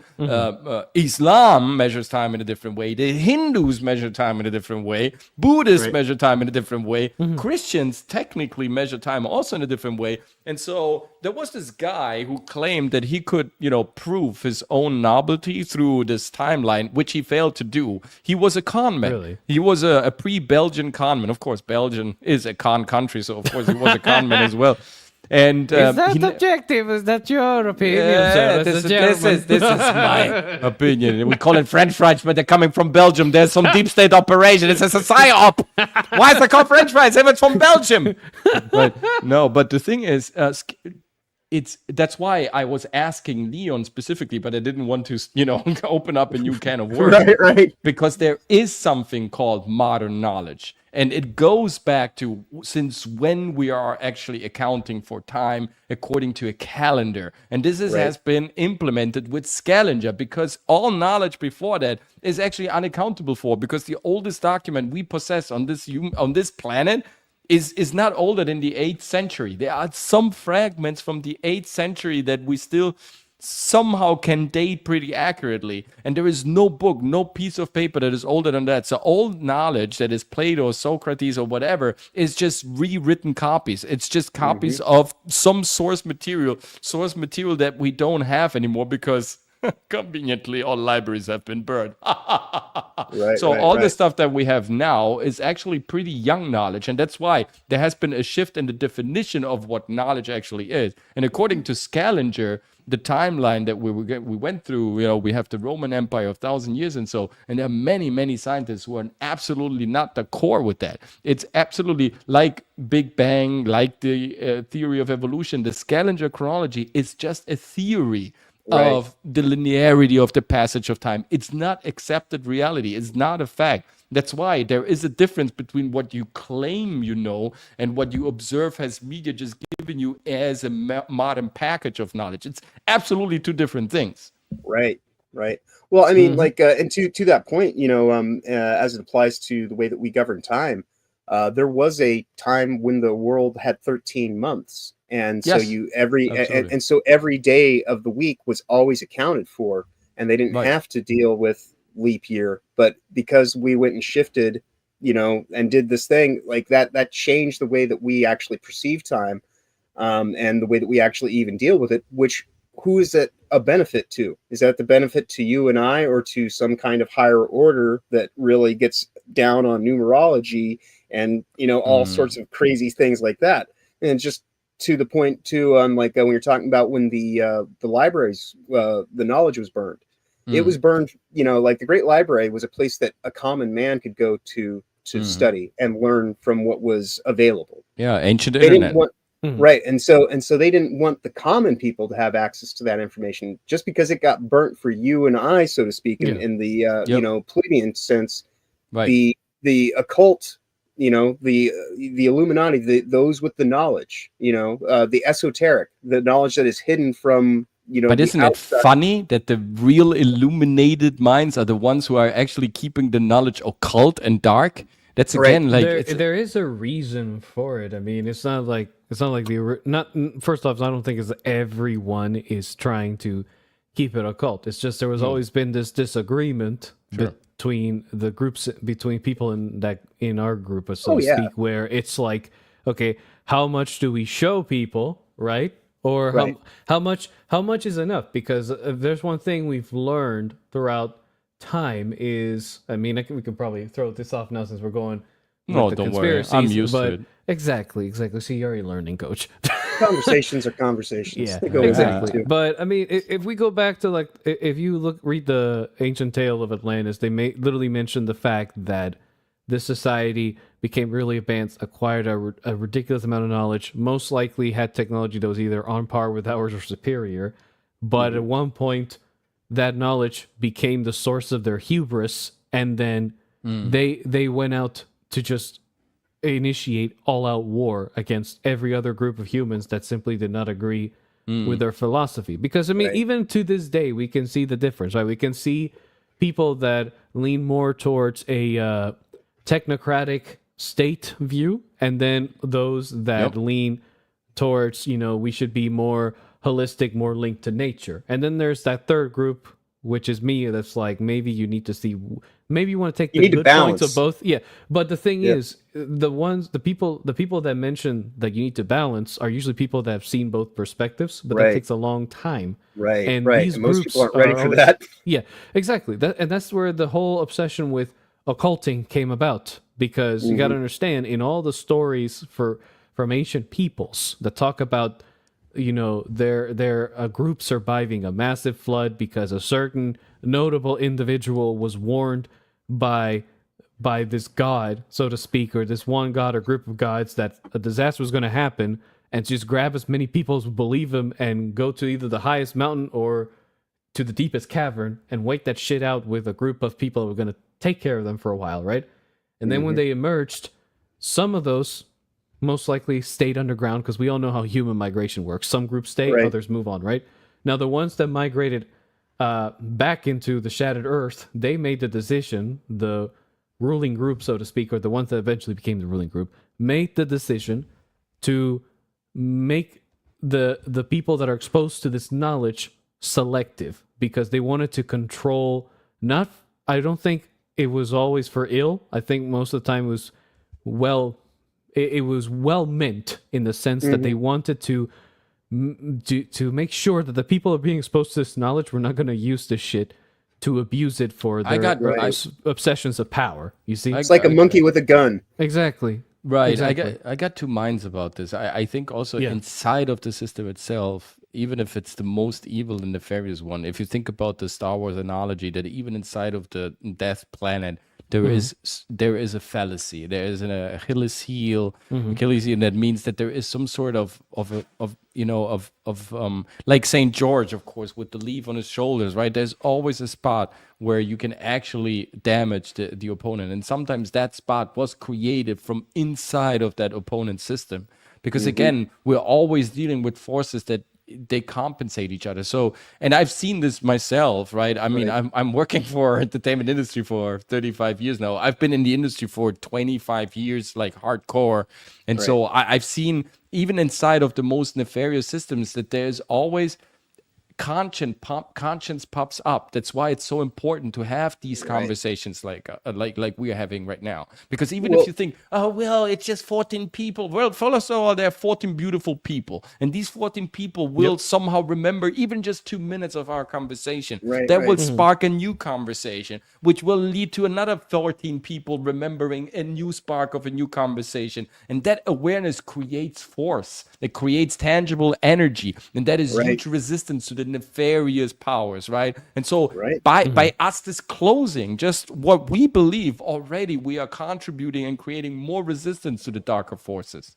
Exactly. And that's that power of manifestation that I was kind of speaking to earlier. Is just our ability to actually break free from those paradigms that would only have us look at it from a certain point of view and just kind of like take it as it's kind of laid out. That's in many ways, I think that the conversation we're having about like whether that was done for ill intent or that was just done for the intention of kind of keeping some people ready, or at a state that they could actually accept it. I mean, you saw what happened between Leon and I, where I go and I start talking about a concept that he's not ready to even consider, let alone actually give it time to just kind of sit in front of him and digest it. It just became very combustible. And, and I don't, like I said, I don't hold that against him. It's just, that's kind of the nature of his program. It also kind of helps illuminate the very thing that I'm talking about, because the the information that we're talking about, and the way that it actually operates and how it's kind of been hidden through time and history, ultimately this is the deep state, and it takes on these other forms through the reinforcement of control states and all that kind of stuff. When I'm going to come back to the Bible again, like in the sense that, like, when you talk about what's the story in the Bible really about, to me, like, it's a revision on a theme of the prodigal son, right? And so who's the ultimate prodigal son other than Lucifer, so to speak, the devil, right? Right.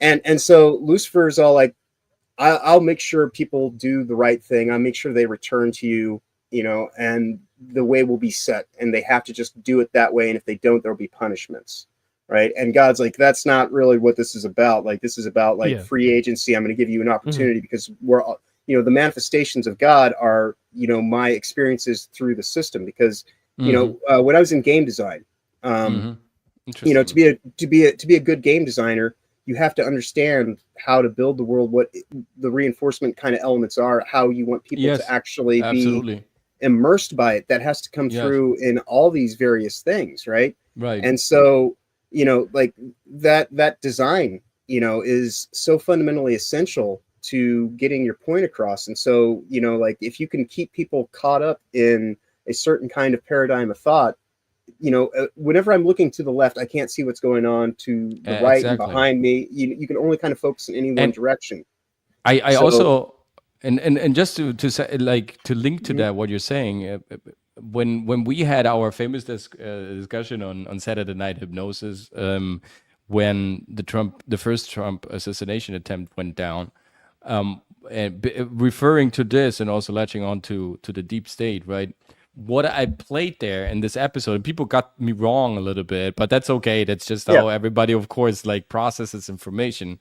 I said there are just two possibilities here. So whether it was an event that was, of course, kind of delivered by the deep state, and they just wanted to stop him. But it was so evidently that the deep state was behind it that it almost seemed like too stupid to be true, that they would be so sloppy about certain things that it would, of course, backlash to them in such a horrendous and radical and violent way. It is like I said, never ever could I believe that the deep state has come to such a stupid manner to try something so obvious, because the moment he stands up, he's the new president. And so if they really play their cards, they used to be smarter, aka, watch what happened to Malcolm X, to General Patton, my distant relative. Watch what happened to Martin Luther King. Watch what happened to JFK and his brother. We always forget that. Watch the assassination attempt on Ronald Reagan, right? There was clear. But then I said, okay, let's assume the deep state isn't as stupid as it looks like right now. So the only possibility could be that it was staged by whatever, like by Trump or by his circle. And I don't discount that myself either, especially given that he himself is, a Hall of Famer in the WWE, and the wrestling is all about kayfabe. You present one version of reality, and then behind the scenes. And I just entertained that thought. Guys, over here at the COACHMC studio, we think in probabilistic ways. Like, our mindset is not driven by any preconceived result. We like to be creative. We love to be artists. We love to give people power. And we can only do that by shifting from our left brain, transactional, logical, reasonable, belief, dogmatic, justice mode, into the right side, into the right hemisphere of our brain, which is really the spiritual, the creative, the esoteric, the world that is full of muses and possibilities, where there are no predefined results that need to be achieved. So there, I just let my thoughts go, and I say whatever comes to my mind. I don't care how people take it. And so to me, I just saw these two scenarios. Everything else was to me completely. And so when you root out everything that's impossible, what is left, according to Sherlock Holmes, even if it's the most improbable, is probably the truth. So these two truths stand alone. Of course, now we probably know by looking at a couple of months later and how the FBI handled the whole situation, that it was probably the deep state. But hey, but still, the doubt remains. But it could have, you never it's know. good to have that level of doubt within you, though, because, because that's the thing, too, is that I want people to keep in mind is like, I'm not really partisan based in any sense of what it is. And so like in this current election cycle, I've often said to my other conspiratorial minded friends, I'm like, look, as long as I have a clear avenue to speak out about these things, like I would rather deal with, it's kind of that the lesser of two evils kind of situation. It's like, no matter what we're going to be dealing with, and that's why I said, no matter what we do, the deep state will always be a part of this.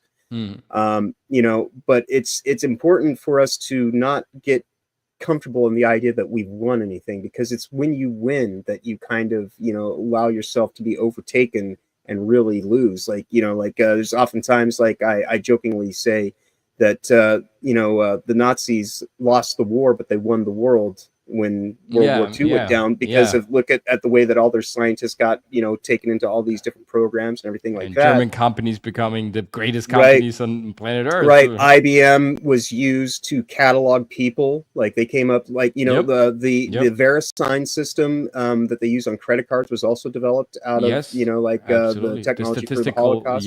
Yes. So I mean, there's all these kinds of things that what we live in oftentimes has a darker connotation, of kind of force behind it than most people would want to appreciate or even, begin to contemplate, let alone understand. And so like, that's one of those things, like you were saying earlier, the connectedness of it all. When I was working in the doctor's office, there was the duality of the yin yang, right? There's a little bit of good in every evil. There's a little bit of evil in every good. And so in many ways, that's kind of what I manifested there in that space, because I was surrounded by a whole bunch of really kind-hearted, very easygoing, polite women of color, and like the whole rainbow of just kind of like possibilities. And then there's this problem. Then there's this problematic white guy over in the corner who's saying like, well, you need to be accountable for your shit, and this is how things happen. Is if you don't actually take the time to appreciate what you eat and why you eat it, and how your diet has an effect on all these different aspects of your life. Like if you just think food is just something that you just process like anything, and you can eat just anything, then you're really doing yourself a terrible disservice. There's a difference between having high octane gas and having gas that's filled with sugar. One of them will actually make you go down the road even faster and more efficiently. The other one will seize up the entire engine, and nothing works at that point. So, is Dragon still with us, by the way? I'm not quite sure. Because I can't just see gone dark. Oh no, my camera decided to just fuck off. No worries. I gotta bring it back. No worries. It'll come back. And by the way, We're back.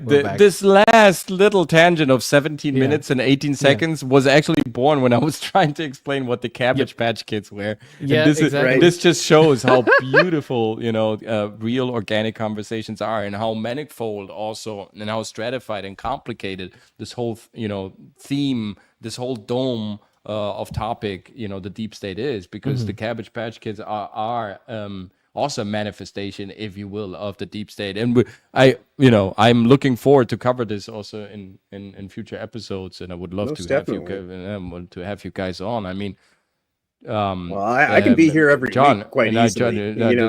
You've been an amazing addition to the program, and I want to thank you, man, for your knowledge. Thank you for the opportunity. And your also, your ability to speak and to stand in there for something. I love that. Well, I am as I was made, as the expression goes. I believe, like the odd thing about me being on YouTube is 20 years ago when I was in art school, I wrote because I went to school for game design. I wrote a narrative about a dystopic future hellscape reality that went through the byproduct of a COVID hell lockdown world.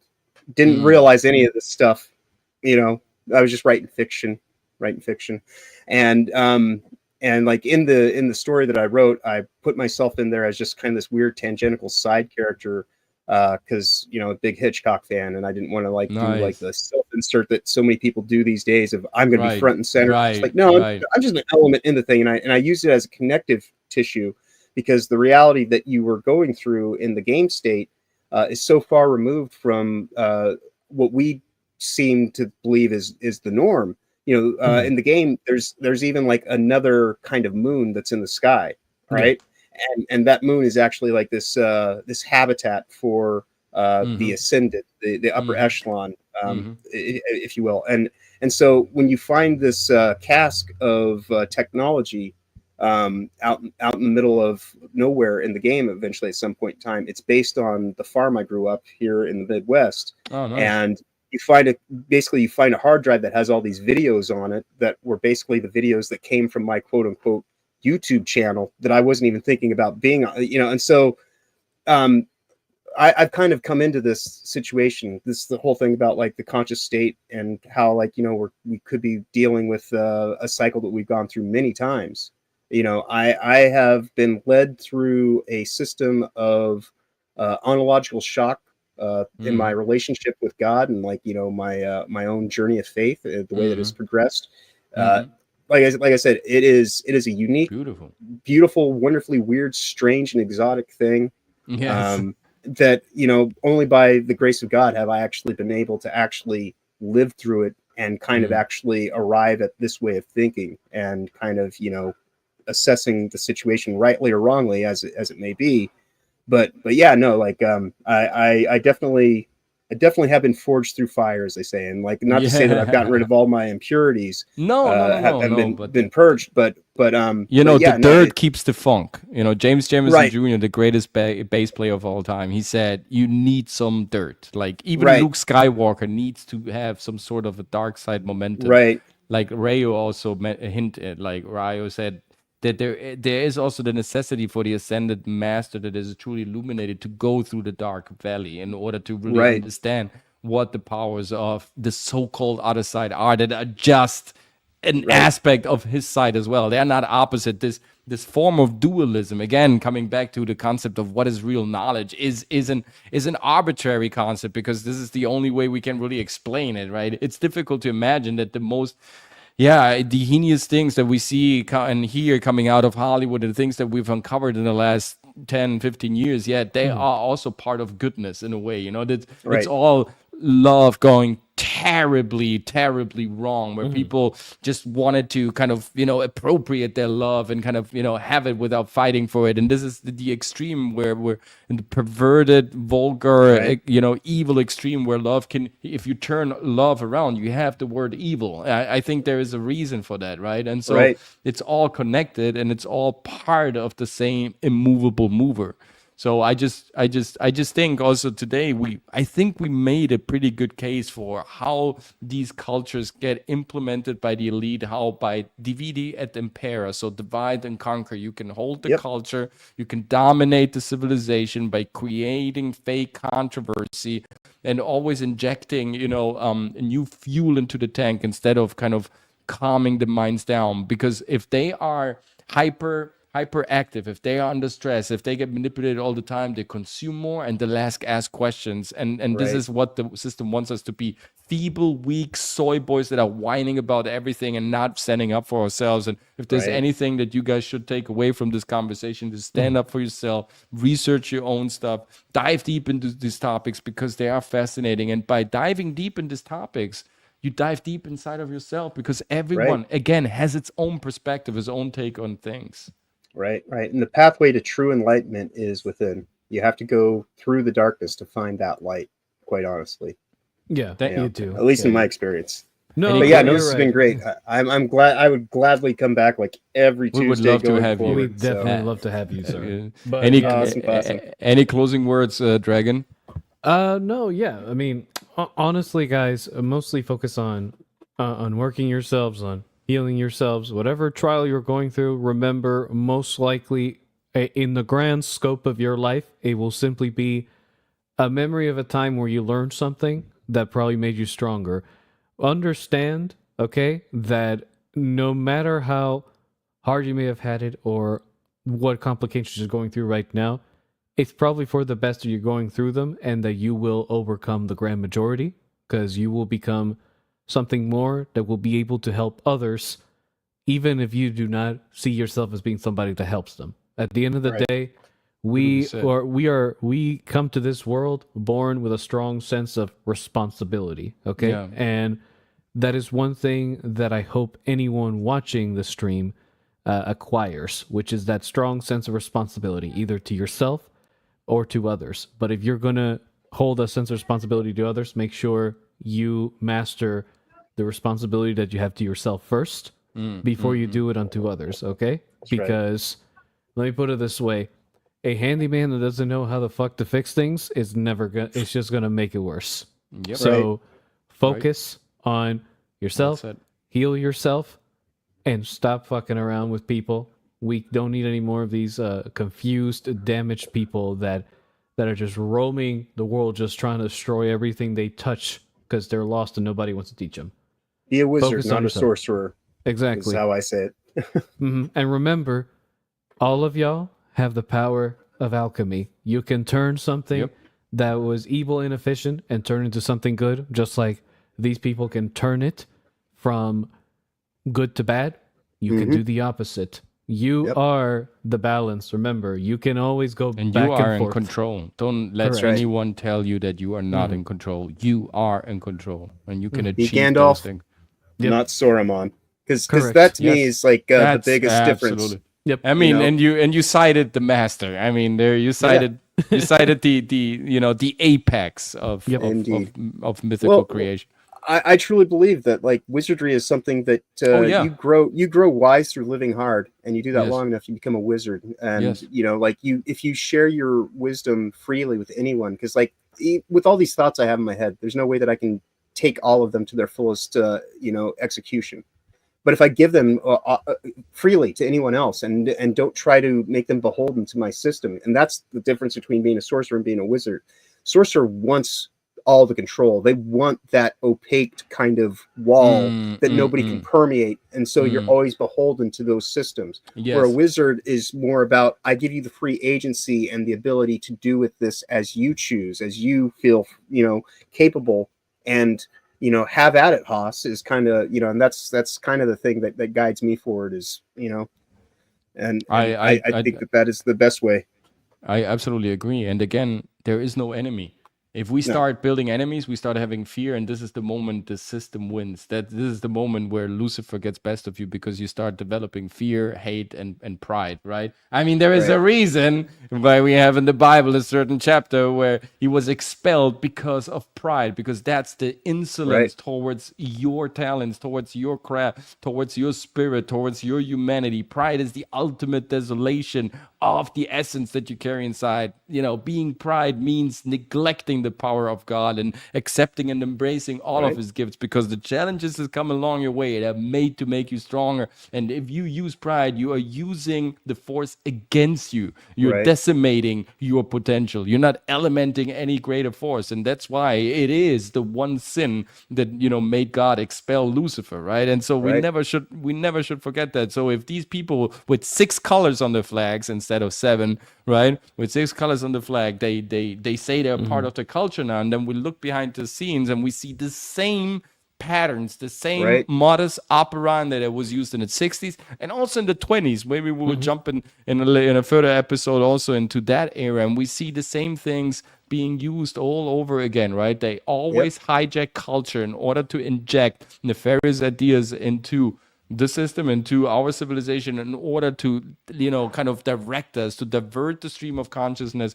into a certain area where they want us, because there we are in low vibration, we are easy to manipulate, and we will, give up our, authority, our entitlement, our advocacy over ourselves to the greater masses in order to let us govern by them, just because we're confused and too lazy to stand the challenges that life brings us. Because yes, guess what? Life has challenges. Life is sometimes cruel. Life sometimes is dark, and that's good. Let's put on the light. Let's sit together. Let's unify even stronger and find a way of shedding light into the room again, instead of giving up and being proud of doing that, because that is just the laziness of the dark aspect of your soul that unfortunately we all carry inside of us.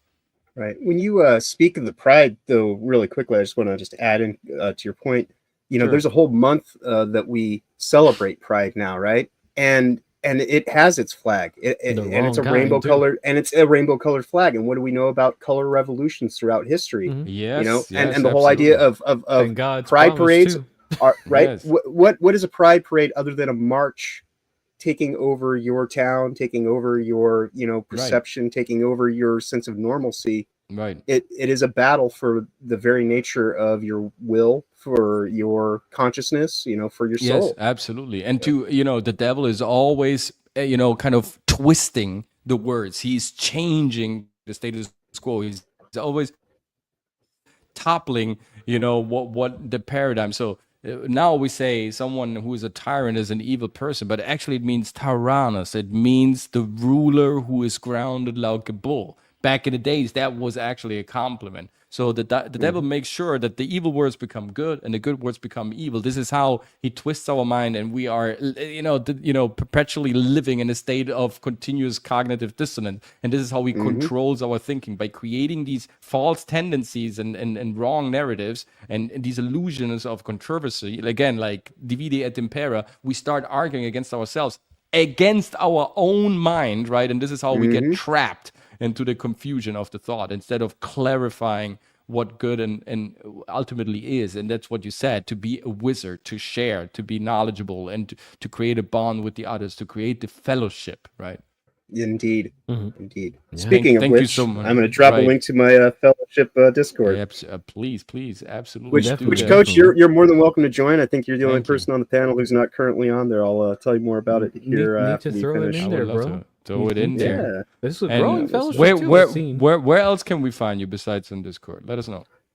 Well, I do have a problematic white guy channel. If anybody wants to go see some videos I made about the deep state as it applies to the game industry, there are a few videos. I haven't made a video in like 3 months because I've been doing the thing with my Discord and just kind of like trying to help cultivate new creatives and my technology that I'm operating with. The whole reason that you're not seeing me on camera right now is my processor user was like at 30, and everything was we wouldn't have been able to have this conversation. I would have kept the video on. So currently, you can go to Problematic White Guy to see the videos that I've made in the past. Otherwise, I'm on YouTube like almost every day of the week. Today is Tuesday, so tomorrow I will possibly be on the Wednesday Chinwag with Tomby. I'm not sure if I'm a full-time panelist or just like an open slot panelist now. But then Will the Fans I do on Thursdays in the morning. I do reality-based Tangent Kings with Dragon Slayer and Ryan, obviously, on Fridays. And then I'll usually jump in with Leon on his late night stream as well. And then Saturdays I do a show called Honey Badger or The Week in Culture with Honey Badger Arcade on his channel. And then Sundays I'm on Who TF Live with Will of the Fans. And then again with Ryan later in the day for Old White Road. And then I do stuff with Stupenzo. I actually have a day off on Mondays, and then Tuesdays I'm on Will of the Fans again. So yeah, I stream. Wow. I stream like over 12 hours a week easily. Sometimes up to like a full. Yeah, and it's so. I'm trying to like just kind of cultivate a good base of people, kind of like I have a weird kind of mind that as it's been on display here for the time that we've had this conversation, right? And so for me to actually gain an audience, I feel it's almost better for me to kind of be part of these panel discussions and things like that, where people kind of actually get to understand the inner workings of what I'm talking about. It's easier to have a conversation with you guys and say something and have it come right out than put a video out that takes me like a week to edit and produce and all this kind of stuff and not gain any traction. So yeah, currently I'm on a whole bunch of other people's channels, and I do have a collection of videos that I'll get around to doing more when technology is more capable. But yeah, this has been great, and I will gladly be back here. Like I say, every Tuesday going forward that you do this, I will be here with bells on. Thanks so much, Problematic White Guy. Dragon Slayer, give us your outro. Oh shit! I thought I already given it, but oh well. No, that was just the easy talk. I want to see the 10. Yeah, that was the future plans section that we do. Yes, exactly. Oh well. No, for me personally, I'm working on. Well, I was going to work on some videos, but actually, right after this stream, I'll actually be joining a stream that I'm going to be there with Giratana's Rising Renegades. I'm sure maybe you're aware of him, John, and we'll be talking, I guess, about Captain America for at least I'll try to be there at least for an hour. But in terms of my future plans, I am working on, for God's sakes, trying to fucking just talk about Dragon Age. Just give my opinion from an outsider's perspective. Give my opinions about what I think, War of the Rohirrim will probably turn out to be. Mhm. Okay. And then probably do a review of the Conclave. Very good nice. movie. Very good Yep. movie, Coach. I Yep. think you Yep. as an, Yep. Yep. especially you as an acting coach, will massively appreciate it. They did a magnificent job on it. Cool. Oscar Looking worthy. forward. Yeah, no, I agree. I still in think theaters, that's though. about it for sure. Yeah. And then I'll review Gladiator 2. I mean, I have to. I mean, look, I love the original Gladiator. Yeah, It's we all only do. right. I may even review the original Gladiator after review 2. If I feel that could very be a good way. impacted Yeah. by the film, either or, right? But I am quite excited to see how that movie's going to turn out, because I hear people say, "Oh, it's going to be good, it's going to be bad." People are not sure. Like with any Ridley It's Scott always film. sus when Hollywood stars go around and say, "Oh, he delivered. Oh, he was so great. Oh, he did such a marvelous job." That part's always sus. Yeah, right. It's always sus. Yeah, but hey, let's see how this turns Sure, out. Okay? At least sure, with Ridley sure. Scott, I can safely say he He was a is great like director to work with. It was fantastic. Oh yeah, that is true. You did say you worked with him, which now you Yeah. got to tell the fucking story later on. But no, god damn it, man. Anyway, yeah, this dude hangs out with a lot of people. And did you know that Jess trolled me by throwing around a 20-second shout out clip from Morphet Clark? She's Yeah. putting money on this shit. Literally, yeah. And Oh, then my man. mom looked at the clip and she's like, she's giving those eyes of like, fuck you. And I'm like, yeah, I know. She probably saw my video of the first season. Oh, and also, I haven't forgotten about season 2 of Rings of Power. I know it's been a million years, but I am going to talk about it. That's not escaping my grasp. Just like Sauron, I may may yes. forget. I may let you think that I've forgotten about it, but I never have. I'm And just please- preparing, taking my That's time right. and And right. striking. And never forget, right. the sea is always right. Fuck the sea. The sea is always cunty. The sea is Just always like the smirky. cunties. Yeah, the sea is always smirky. Oh my god. Yeah.